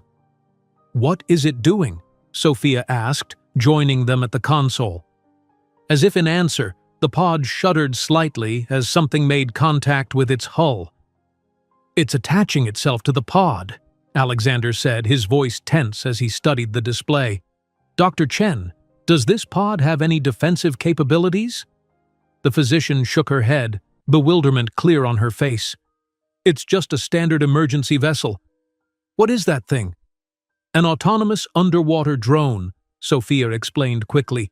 We think it's what damaged our previous pod. Another shudder ran through the small craft, followed by a metallic scraping sound along the bottom hull. It's trying to breach the pod, Natalia said, already moving toward the emergency kit compartment. We need to dislodge it somehow. Dr. Chen looked increasingly alarmed. This is insane! Why would military technology be attacking survivors? Because we're not just any survivors, Alexander replied grimly. I pulled my company out of a classified weapons development program and recently discovered it might have been compromised. I think whoever has control of the system is trying to eliminate anyone who might expose them. The pod lurched violently, throwing them all off balance. A warning light flashed on the control panel, accompanied by an insistent beeping. Hull breach imminent, Sophia read from the display. It's drilling through! Natalia had retrieved the small fire axe from the emergency kit. Where exactly is it attached? Can we pinpoint the location? Alexander checked the external sensor displays. Looks like directly beneath the aft storage compartment. That area can be sealed off from the rest of the pod if compromised, Dr. Chen informed them, professional calm replacing her initial shock. It's a safety feature. Do it, Alexander directed. Seal it off now. Doctor, Chen moved to the control panel, entering a series of commands. A loud clank resonated through the pod as internal bulkheads slid into place, isolating the aft section. That won't hold it for long, Natalia warned. These drones are designed to penetrate submarine hulls.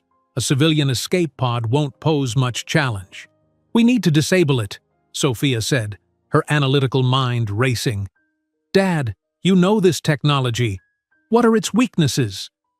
Alexander ran a hand through his salt-stiffened hair, forcing his hypothermia-affected brain to focus.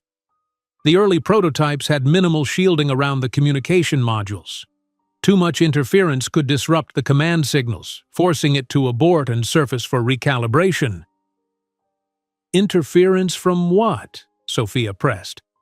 Electromagnetic pulse would be ideal, but we don't exactly have an EMP generator handy, Alexander replied with grim humor. What about the pod's electrical systems? Sophia suggested. If we could create a power surge near where it's attached, that might work, Natalia agreed, already examining the pod's schematics on a wall-mounted emergency placard. There's a power distribution node in the bulkhead adjacent to the aft compartment. If we could overload it. Another violent impact rattled the pod, stronger than before. The sealed bulkhead visibly dented inward.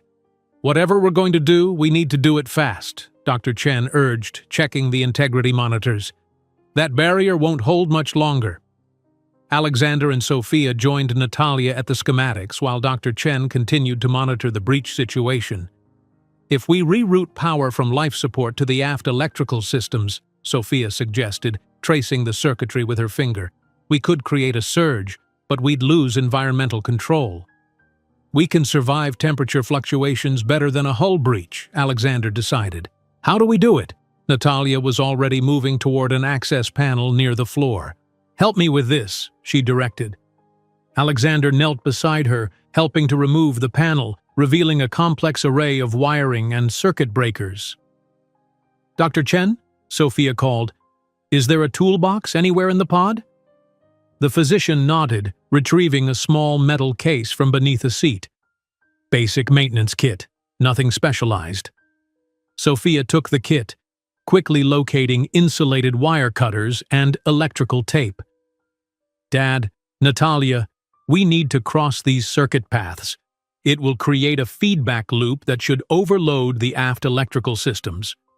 Together they worked rapidly to modify the circuitry, Alexander's corporate executive hands now performing delicate technical work alongside Natalia's practiced movements. Despite the circumstances, he couldn't help but admire her competence. This woman who had spent 15 years planning his death was now fighting alongside him for survival. Almost there, Sophia murmured, connecting the final wire.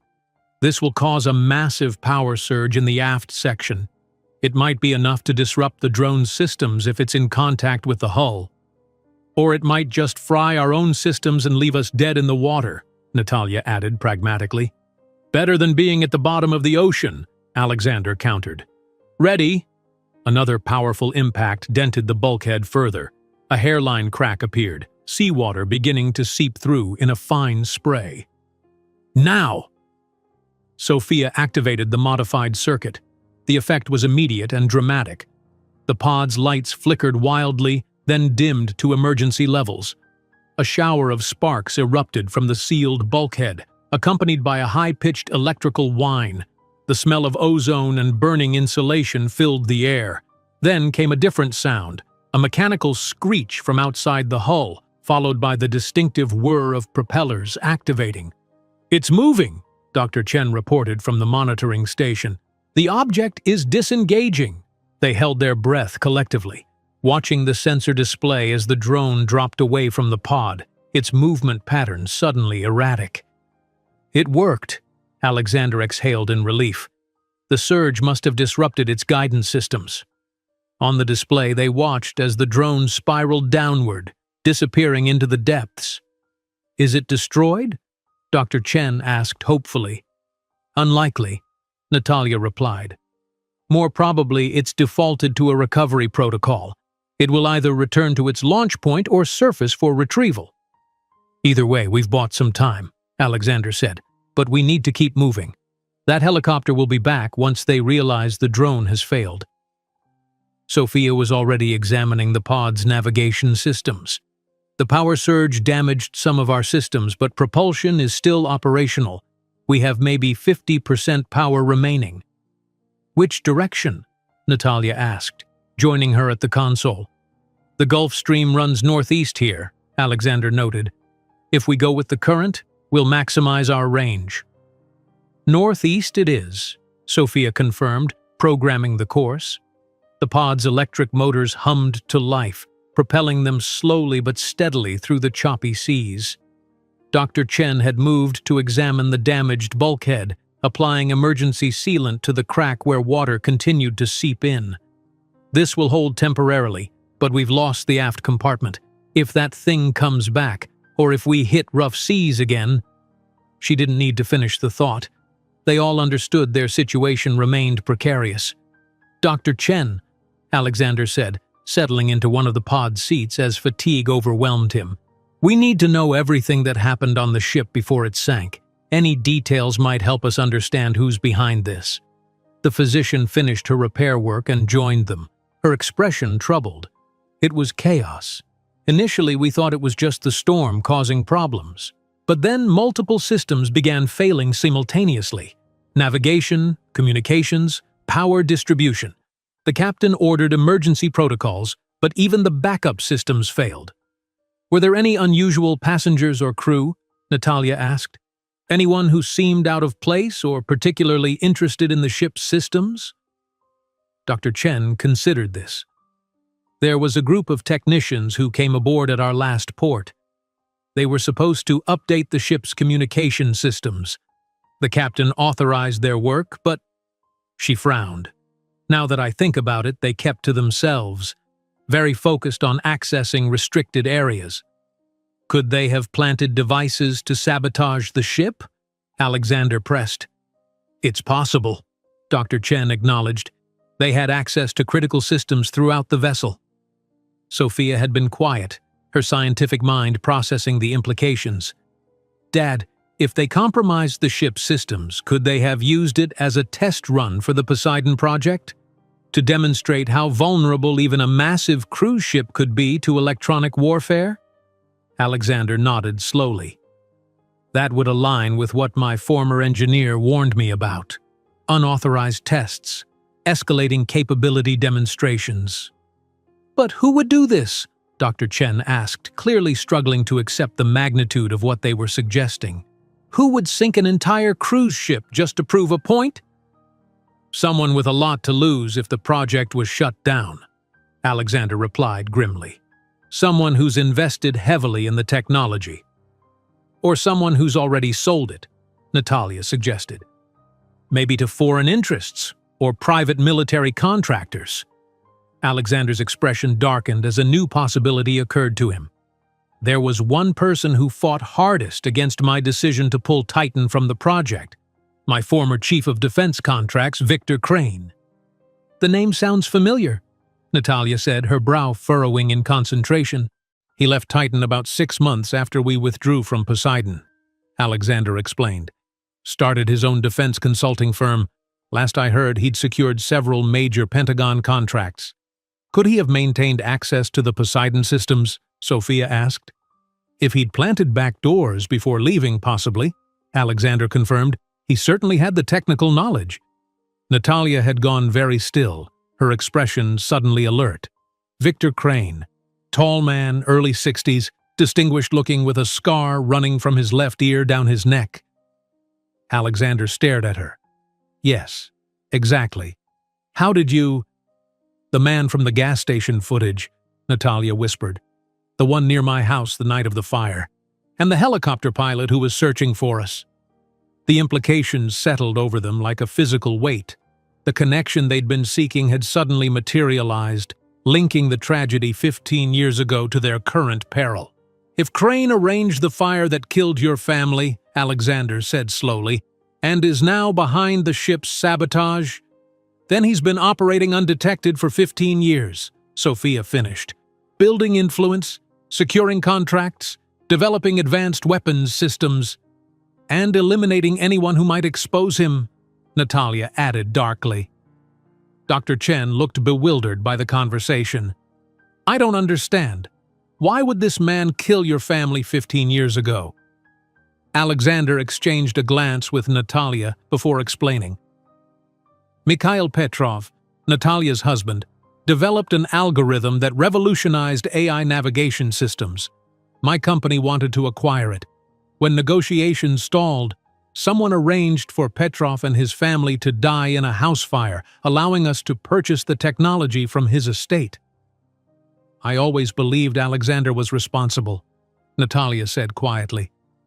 But if Crane is the common denominator— He was heading our defense division at the time, Alexander confirmed, the pieces falling into place. He would have recognized the military applications of Petrov's algorithm immediately, and he would have had the connections to arrange both the fire and the cover-up. And he used your name and authority to do it? Sophia added, reaching out to squeeze her father's hand. A soft beep from the navigation console interrupted their revelation. Sophia moved to check it. There's a vessel approaching, she reported. Large signature, moving fast, about 20 nautical miles to the south and closing. The Coast Guard cutter? Dr. Chen suggested hopefully. Alexander shook his head. Too soon. Dr. Chen, does this pod have any way to identify other vessels? Radar classification or IFF systems? The physician looked to Sophia, who was already examining the console. Basic radar only, Sophia reported after a moment. No identification capabilities. But whatever it is, it's big and moving at approximately 30 knots. Too fast for a typical Coast Guard vessel in these sea conditions, Natalia noted, her security experience evident. More likely a military craft or high-speed private vessel. Either way, we can't assume it's friendly, Alexander decided. Sophia, can you change our course? Put more distance between us and the approaching vessel? With our damaged systems and limited power, we can't outrun anything, Sophia replied. But I can adjust course to northeast by east. It might buy us some time. As she reprogrammed their heading, Alexander moved to stand beside Natalia, who was staring out one of the pod's small portholes at the gray horizon. For 15 years, you focused your hatred on me, he said quietly. How does it feel to discover it might have been misdirected? Natalia didn't look at him, her expression unreadable. 15 years is a long time to sustain hatred. It becomes part of you, defines you. I'm not sure who I am without it. You're someone who survived, Alexander replied simply. Someone strong enough to pursue the truth no matter how painful. That's not nothing. She turned to him then, her eyes searching his face. If we survive this, I'm still going to need definitive proof that you weren't involved. And I'll help you find it, Alexander promised, for both our sakes. The approaching vessel had appeared on the horizon, a dark silhouette against the gray sky. Even at this distance, its sleek, aggressive profile was unmistakable. That's no rescue ship, Natalia said grimly. It's a military patrol boat, modified for speed and armed. Alexander's jaw tightened. Crane is determined to eliminate all loose ends. What do we do now? Dr. Chen asked, fear evident in her voice for the first time since they'd met her. Alexander looked from the approaching threat to their damaged escape pod, to the 3 women who now depended on his decision. The odds were overwhelmingly against them. Limited power, damaged systems, no weapons, and a military vessel bearing down on them. Yet somehow, this felt familiar. The impossible situation, the overwhelming odds. It was how he'd built Titan from nothing, how he'd survived in the cutthroat world of tech innovation. When conventional options failed, Alexander Harrison found unconventional solutions. We use what they don't expect, he said finally. We use the truth. The truth? Sophia echoed, looking at her father skeptically. What do you mean? Alexander moved to the pod's communication console. How much broadcasting power do we have left? Sophia checked the systems. Emergency channels only. Short range at best with our damaged power cells. That won't be enough, Alexander muttered, then turned to Dr. Chen. Doctor, did the officer and security man who left with the helicopter take any communications equipment with them? The physician thought for a moment. No, but they left something behind. The security officer had a satellite phone that he gave to me in case the helicopter couldn't return immediately. Where is it? Alexander asked urgently. Dr. Chen retrieved a waterproof case from beneath her seat, extracting a compact but robust satellite phone. It's military grade. He said it would work anywhere. Perfect, Alexander said, taking the device. This changes everything. What exactly is your plan? Natalia asked, watching the approaching vessel with growing concern. Crane has gone to extraordinary lengths to eliminate witnesses and cover his tracks, Alexander explained, which means he's vulnerable to exposure.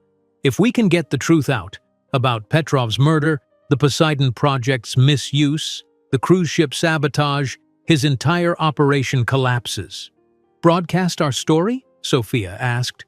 To whom? And why would anyone believe us? Not just our story, Alexander clarified. Hard evidence. Natalia, you said you have all your research on a secure cloud server, including the gas station footage? Natalia nodded. Yes, but we can't access it from here. We don't need to access all of it, Alexander replied. Just enough to establish the connection between Crane and these events. Can you remotely grant access to specific files? Understanding dawned on Natalia's face.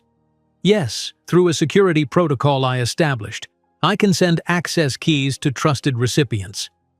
And I can contact my legal team at Titan, Alexander added.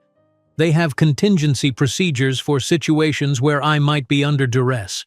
Once activated, they'll deploy corporate resources to investigate and, if necessary, go public with our findings. Meanwhile, Sophia interjected, catching on to her father's strategy, we make it known that we're alive and that multiple copies of the evidence exist. We become more valuable as living witnesses than as dead loose ends. Exactly, Alexander confirmed. Crane's power comes from operating in the shadows. We force him into the light. The patrol boat was closing rapidly now, its outline becoming clearer against the horizon. They had perhaps 15 minutes before it reached them. I'll need account credentials, passwords, contact information, Natalia said, already reaching for the satellite phone. I can set up the secure access protocols. While Natalia worked with the satellite phone, Alexander and Sophia focused on preparing a comprehensive message that would trigger Titan's emergency protocols.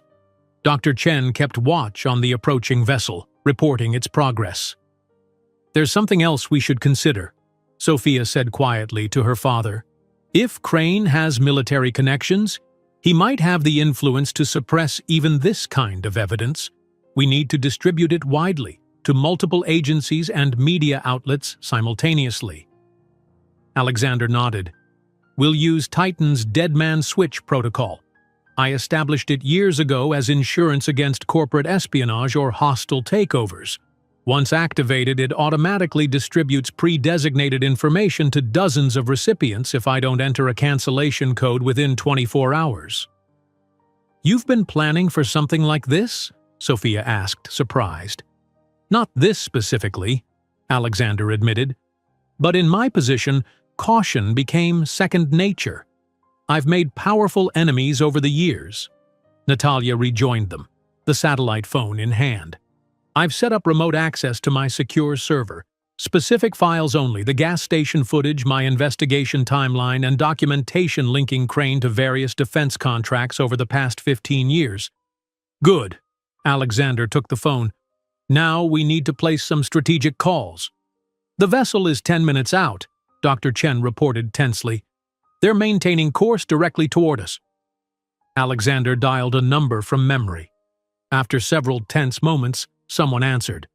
Goldstein, came a gruff voice. Jacob, it's Alexander Harrison. A pause.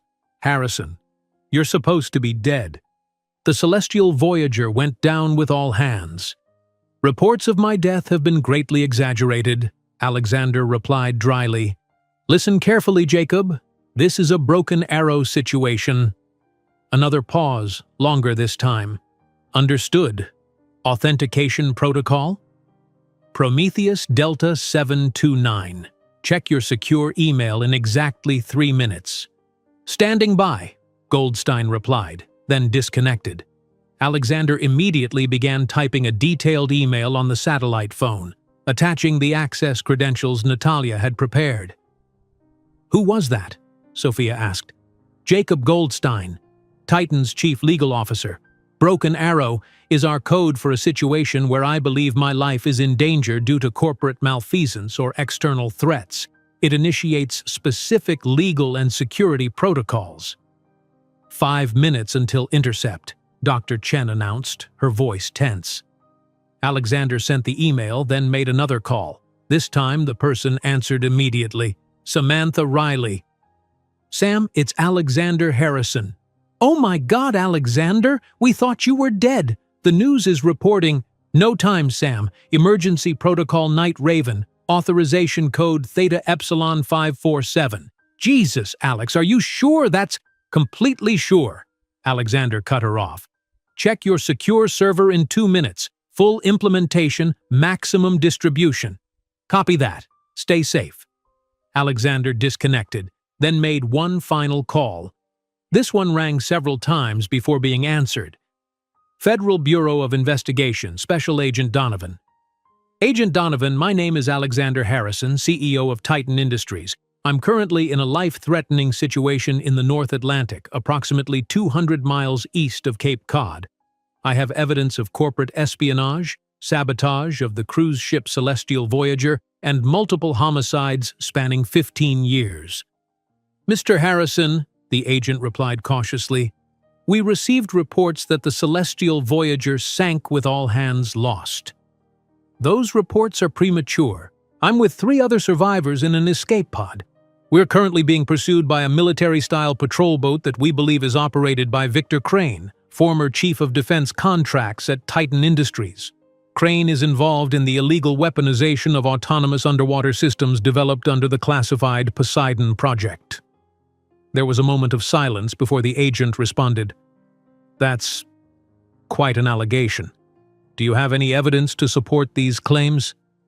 "Evidence is being transmitted to your agency through secure channels as we speak, along with corroborating documentation from multiple sources.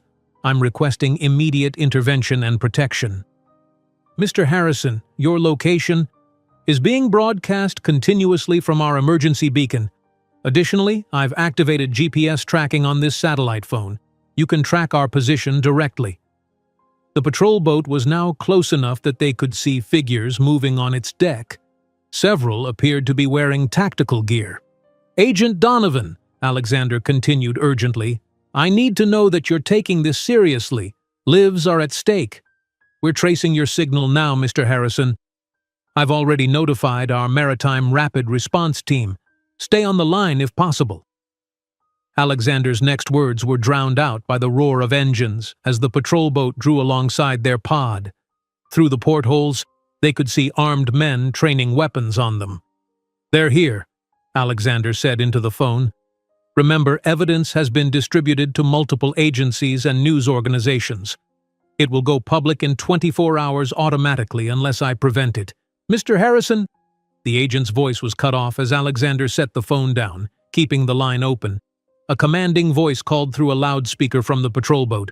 "Attention escape pod survivors. This is a secure military recovery operation. Prepare to be boarded." The 4 occupants of the pod exchanged tense glances. "What now?" Dr. Chen whispered. "We cooperate," Alexander replied quietly. "Remember, our goal isn't to fight them physically. It's to ensure that the truth comes out, no matter what happens to us." The pod rocked as hooks were secured to its hull. Through the portholes, they could see armed men preparing to board. "Dad," Sophia said quietly, "if anything happens." "It won't," Alexander assured her, though his expression betrayed his uncertainty. "We've distributed the evidence. It's out of Crane's reach now." The pod's hatch spun open, and 2 armed men in tactical gear dropped in, weapons raised. "Hands where we can see them! No sudden movements!" They complied, raising their hands slowly. One of the men spoke into a radio. 4 survivors secured, awaiting instructions. A new figure appeared at the hatch, a distinguished-looking older man with silver hair and a distinctive scar running from his left ear down his neck. Victor Crane surveyed the pod's occupants, his expression cold and calculating. "Alexander," he said smoothly, "what an unexpected reunion. And Ms. Petrov as well.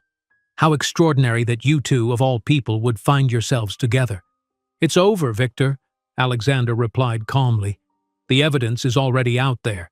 The Petrov murder, your sabotage of the Poseidon Project, the sinking of the Celestial Voyager. Multiple agencies have it now." Crane's smile didn't waver. "Evidence? You mean Natalia's conspiracy theories and your corporate paranoia? Hardly compelling, especially once you're officially confirmed dead in this tragic accident."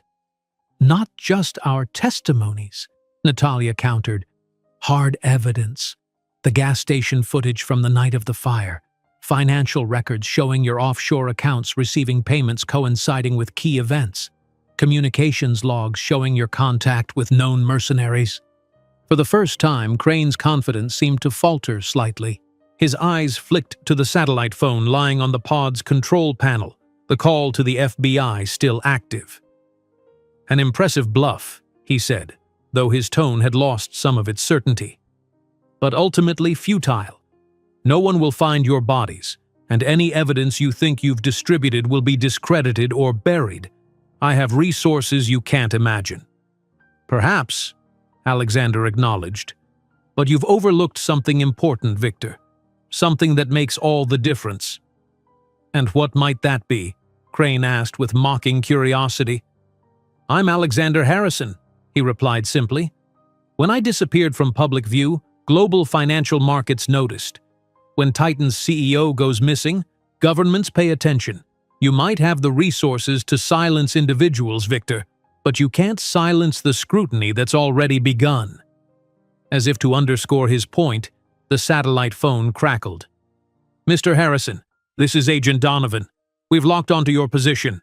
Coast Guard assets are being redirected to your location, ETA 20 minutes. Naval air support has also been scrambled. Please confirm you can hear this. Crane's expression hardened. He gestured to one of his men who moved to grab the phone, but Alexander was faster. He snatched it up. Agent Donovan, we hear you. Be advised, we are being held at gunpoint by Victor Crane and his operatives. They are heavily armed and have already demonstrated their willingness to commit murder. Crane's face contorted with rage. Give me that!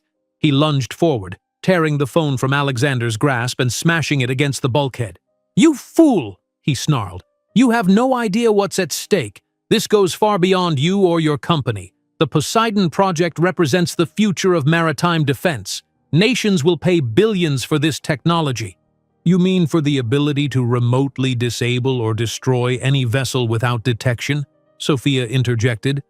To make ships disappear without a trace? Like the Celestial Voyager? Strategic deniability, Crane corrected coldly. The ultimate naval advantage. And yes, the Voyager was a regrettable but necessary demonstration for our potential buyers. 3,000 people, Dr. Chen said in horror.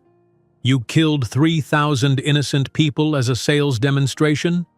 Collateral damage in service of a greater purpose, Crane replied dismissively.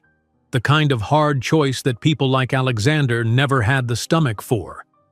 That's why I had to take matters into my own hands 15 years ago with Petrov. Visionaries always face resistance from the small-minded. You're insane, Natalia whispered. I'm pragmatic, Crane corrected.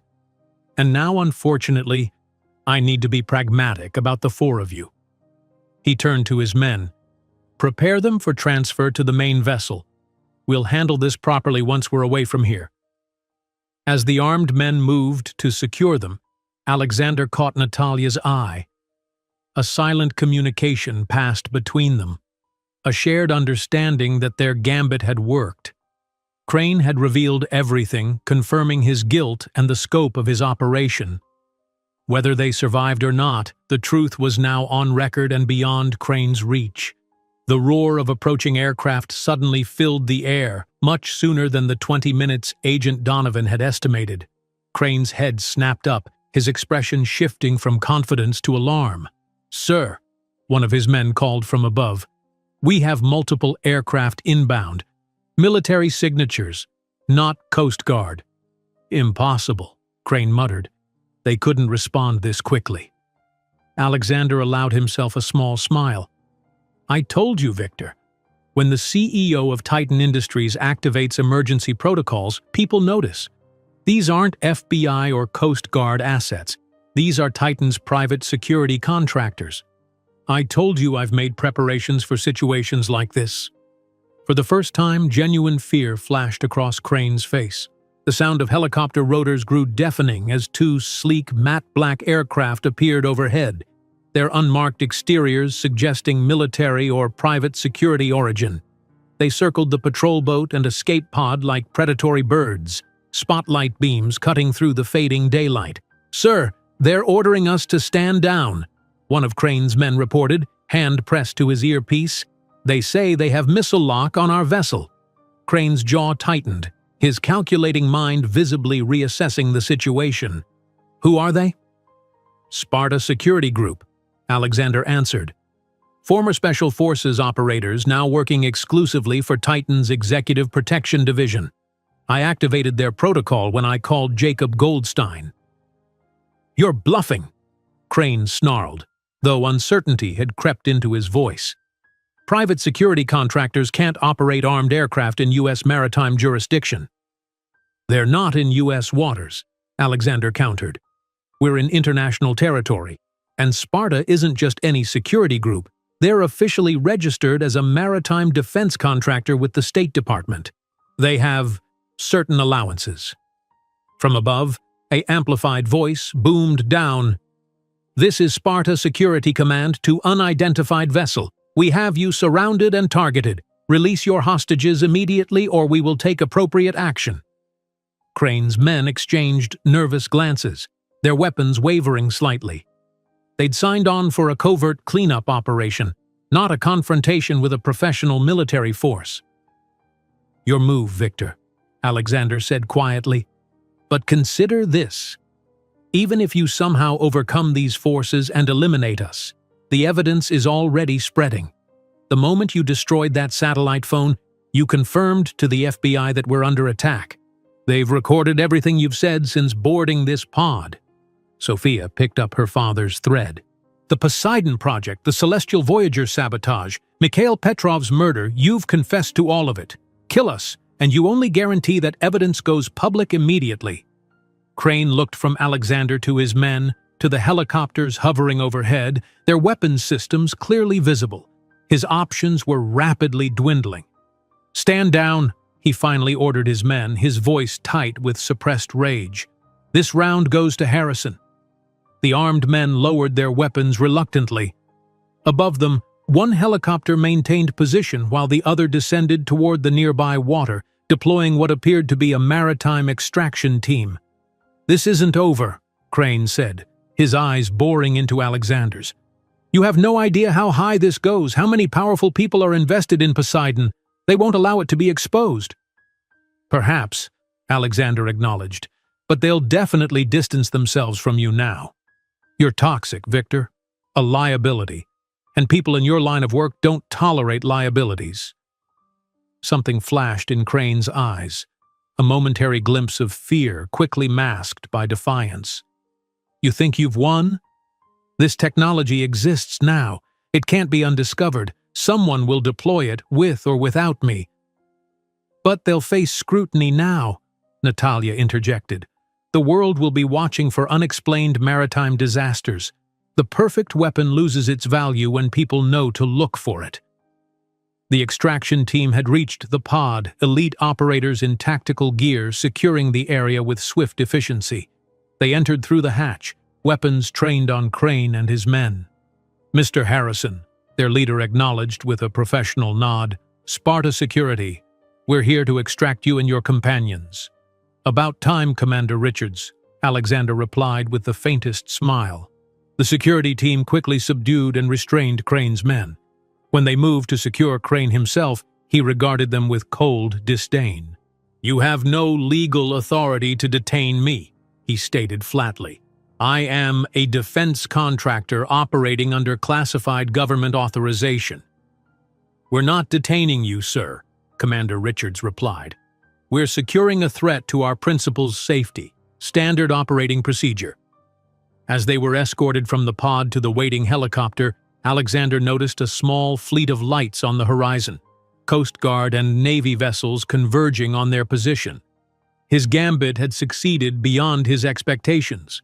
The helicopter journey was a blur of noise and tension. Alexander found himself seated across from Crane, both men secured by safety harnesses but separated by armed security personnel. Despite his predicament, Crane maintained an air of smug confidence that Alexander found unsettling. "Where are we going?" Sophia asked one of the security officers. "Secure Titan facility on the Massachusetts coast," came the reply. "FBI representatives will meet us there. Your father's protocols were quite specific." Natalia hadn't taken her eyes off Crane since they boarded. 15 years, she said, just loudly enough to be heard over the rotors. 15 years I spent hating the wrong man while you built your empire on my family's ashes. Crane regarded her dispassionately. Your husband was brilliant but naive. He would have squandered his innovation on academic pursuits. I ensured his work changed the world. You murdered a man who trusted you, Alexander said, disgust evident in his voice. You betrayed everything Titan stood for, then used my name and reputation to cover your tracks. I did what was necessary, Crane replied. Something you never understood, Alexander. In this world, innovation without application is meaningless. Petrov's algorithm needed to be weaponized to reach its full potential. And the Celestial Voyager? Dr. Chen asked, speaking for the first time since their extraction. 3,000 innocent lives? Was that necessary too? A shadow passed over Crane's face, not remorse, but annoyance at being questioned. Regrettable collateral damage. The demonstration had to be convincing to secure the international contracts. Small sacrifices for a technological revolution. Alexander shook his head in disgust. You'll spend the rest of your life in prison, Victor. Crane's smile returned, cold and certain. I doubt that very much. There are too many powerful interests involved. Too many people who want Poseidon operational. This will be classified, buried, and I'll be quietly repatriated to continue my work. Before Alexander could respond, the helicopter began its descent. Through the windows they could see a large, well-lit compound on a rocky coastline, one of Titan's secure research facilities, repurposed as a temporary safe haven. As they touched down, Alexander was surprised to see a substantial security presence waiting. Not just Titan personnel, but what appeared to be federal agents as well. The helicopter's door slid open and Commander Richards helped them disembark. A familiar face approached as they reached the ground. Jacob Goldstein, Titan's chief legal officer, accompanied by a stern-looking woman in an FBI windbreaker. Alexander, Goldstein greeted him with obvious relief. When the Voyager went down, we feared the worst. It was a close call, Jacob, Alexander replied. This is Special Agent Phillips, the FBI agent supplied. Agent Donovan briefed me on your situation. We have a lot to discuss, Mr. Harrison. Her gaze shifted to Crane, who was being escorted from the helicopter under heavy guard. Victor Crane, you're under arrest for conspiracy, sabotage, and murder. You have the right to remain silent. Crane's expression remained unchanged as the agent recited his Miranda rights. If anything, he seemed almost amused by the proceedings. You're making a mistake, he said calmly when Agent Phillips finished. One call to the right people, and this all disappears. I suggest you check with your superiors before proceeding. Phillips regarded him coolly. My superiors are the ones who issued the arrest warrant, Mr. Crane. Your friends in high places seem suddenly unreachable. For the first time, Crane's confidence visibly faltered. That's impossible. The project has too much momentum, too much investment. Things change quickly when 3,000 American citizens die, Phillips replied, especially when evidence emerges that it wasn't an accident. As Crane was led away, still protesting that his connections would secure his release, Alexander turned to Goldstein. The dead man switch protocol, how widely did it distribute? Exactly as designed, Goldstein confirmed. Key evidence went to the FBI, Department of Justice, Homeland Security, and 5 major news organizations, with instructions to publish if any of the recipients is compromised. The information is in too many hands to suppress now. And the Poseidon Project? Alexander asked. Being shut down as we speak, Goldstein replied. The Secretary of Defense has ordered a complete freeze on all related systems and a full congressional investigation. Relief washed over Alexander. They had done it, exposed the truth, and ensured there would be consequences. He turned to find Sophia, Natalia, and Dr. Chen being attended to by medical personnel. Sophia broke away when she saw him, rushing over for a tight embrace. "We made it, Dad," she whispered. "We actually made it." "Thanks to you," Alexander replied, holding her close. "Your quick thinking saved us all." After ensuring Sophia was in good hands with the medical team, Alexander approached Natalia, who sat alone, a thermal blanket wrapped around her shoulders as she stared into the distance. "How are you holding up?" he asked, gently. She looked up at him, her expression complex. 15 years of certainty just evaporated. "I built my entire life around hating you, making you pay. Now I don't know what to do with myself." Alexander sat beside her. "You find a new purpose. Justice for your family is still within reach, not through revenge but through truth. Crane will face prosecution. The world will know what happened to Mikhail." "And after that?" Natalia asked softly. "You live," Alexander said simply. "You honor their memory by living the life Mikhail would have wanted for you." They sat in companionable silence for a moment, both contemplating the strange journey that had brought them to this point, from sworn enemies to reluctant allies to something approaching understanding. "I'd like to establish a foundation," Alexander said finally, "in Mikhail's name, to support researchers pursuing ethical AI development, with your approval, of course, and your involvement if you're willing." Natalia studied him thoughtfully. "Why would you do that?" "Because Crane was wrong about everything except one thing. Your husband was brilliant. His work should be remembered for benefiting humanity, not for how it was perverted by Crane's ambition." After a moment, Natalia nodded. "I think Mikhail would have appreciated that." In the days that followed, the full story emerged piece by piece. Crane's extensive network began to unravel as investigators followed the evidence trail. Several high-ranking military officials and defense contractors were implicated in the Poseidon conspiracy. The technology itself was placed under international monitoring with strict controls implemented to prevent its weaponization.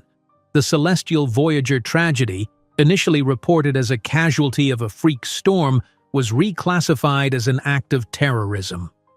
Memorial services honored the victims, while a handful of survivors, including those from other lifeboats, provided testimony about the ship's final hours. 1 week after their rescue, Alexander stood on the balcony of his Manhattan penthouse, watching the city lights below. Sophia joined him, leaning against the railing. "The Petrov Foundation announcement got quite a response," she noted. "Every major research university wants to participate." "Natalia will have her hands full evaluating proposals," Alexander agreed. "She's remarkably good at it." "She's coming to dinner tomorrow, right?" Sophia asked. Alexander nodded. "Along with Dr. Chen, she's accepted the position as Titan's new chief medical officer." Sophia smiled. "You trust people who've seen you at your worst." "I trust people who bring out my best," he corrected gently. They stood in comfortable silence, father and daughter reunited through adversity. The ordeal had changed them both. Sophia more confident in her abilities, Alexander more aware of the legacy he wanted to leave. "What happens now?" Sophia asked after a while. "With everything?" Alexander considered the question, watching a distant plane cross the night sky. "We rebuild. We remember. We ensure that technology serves humanity, not the other way around."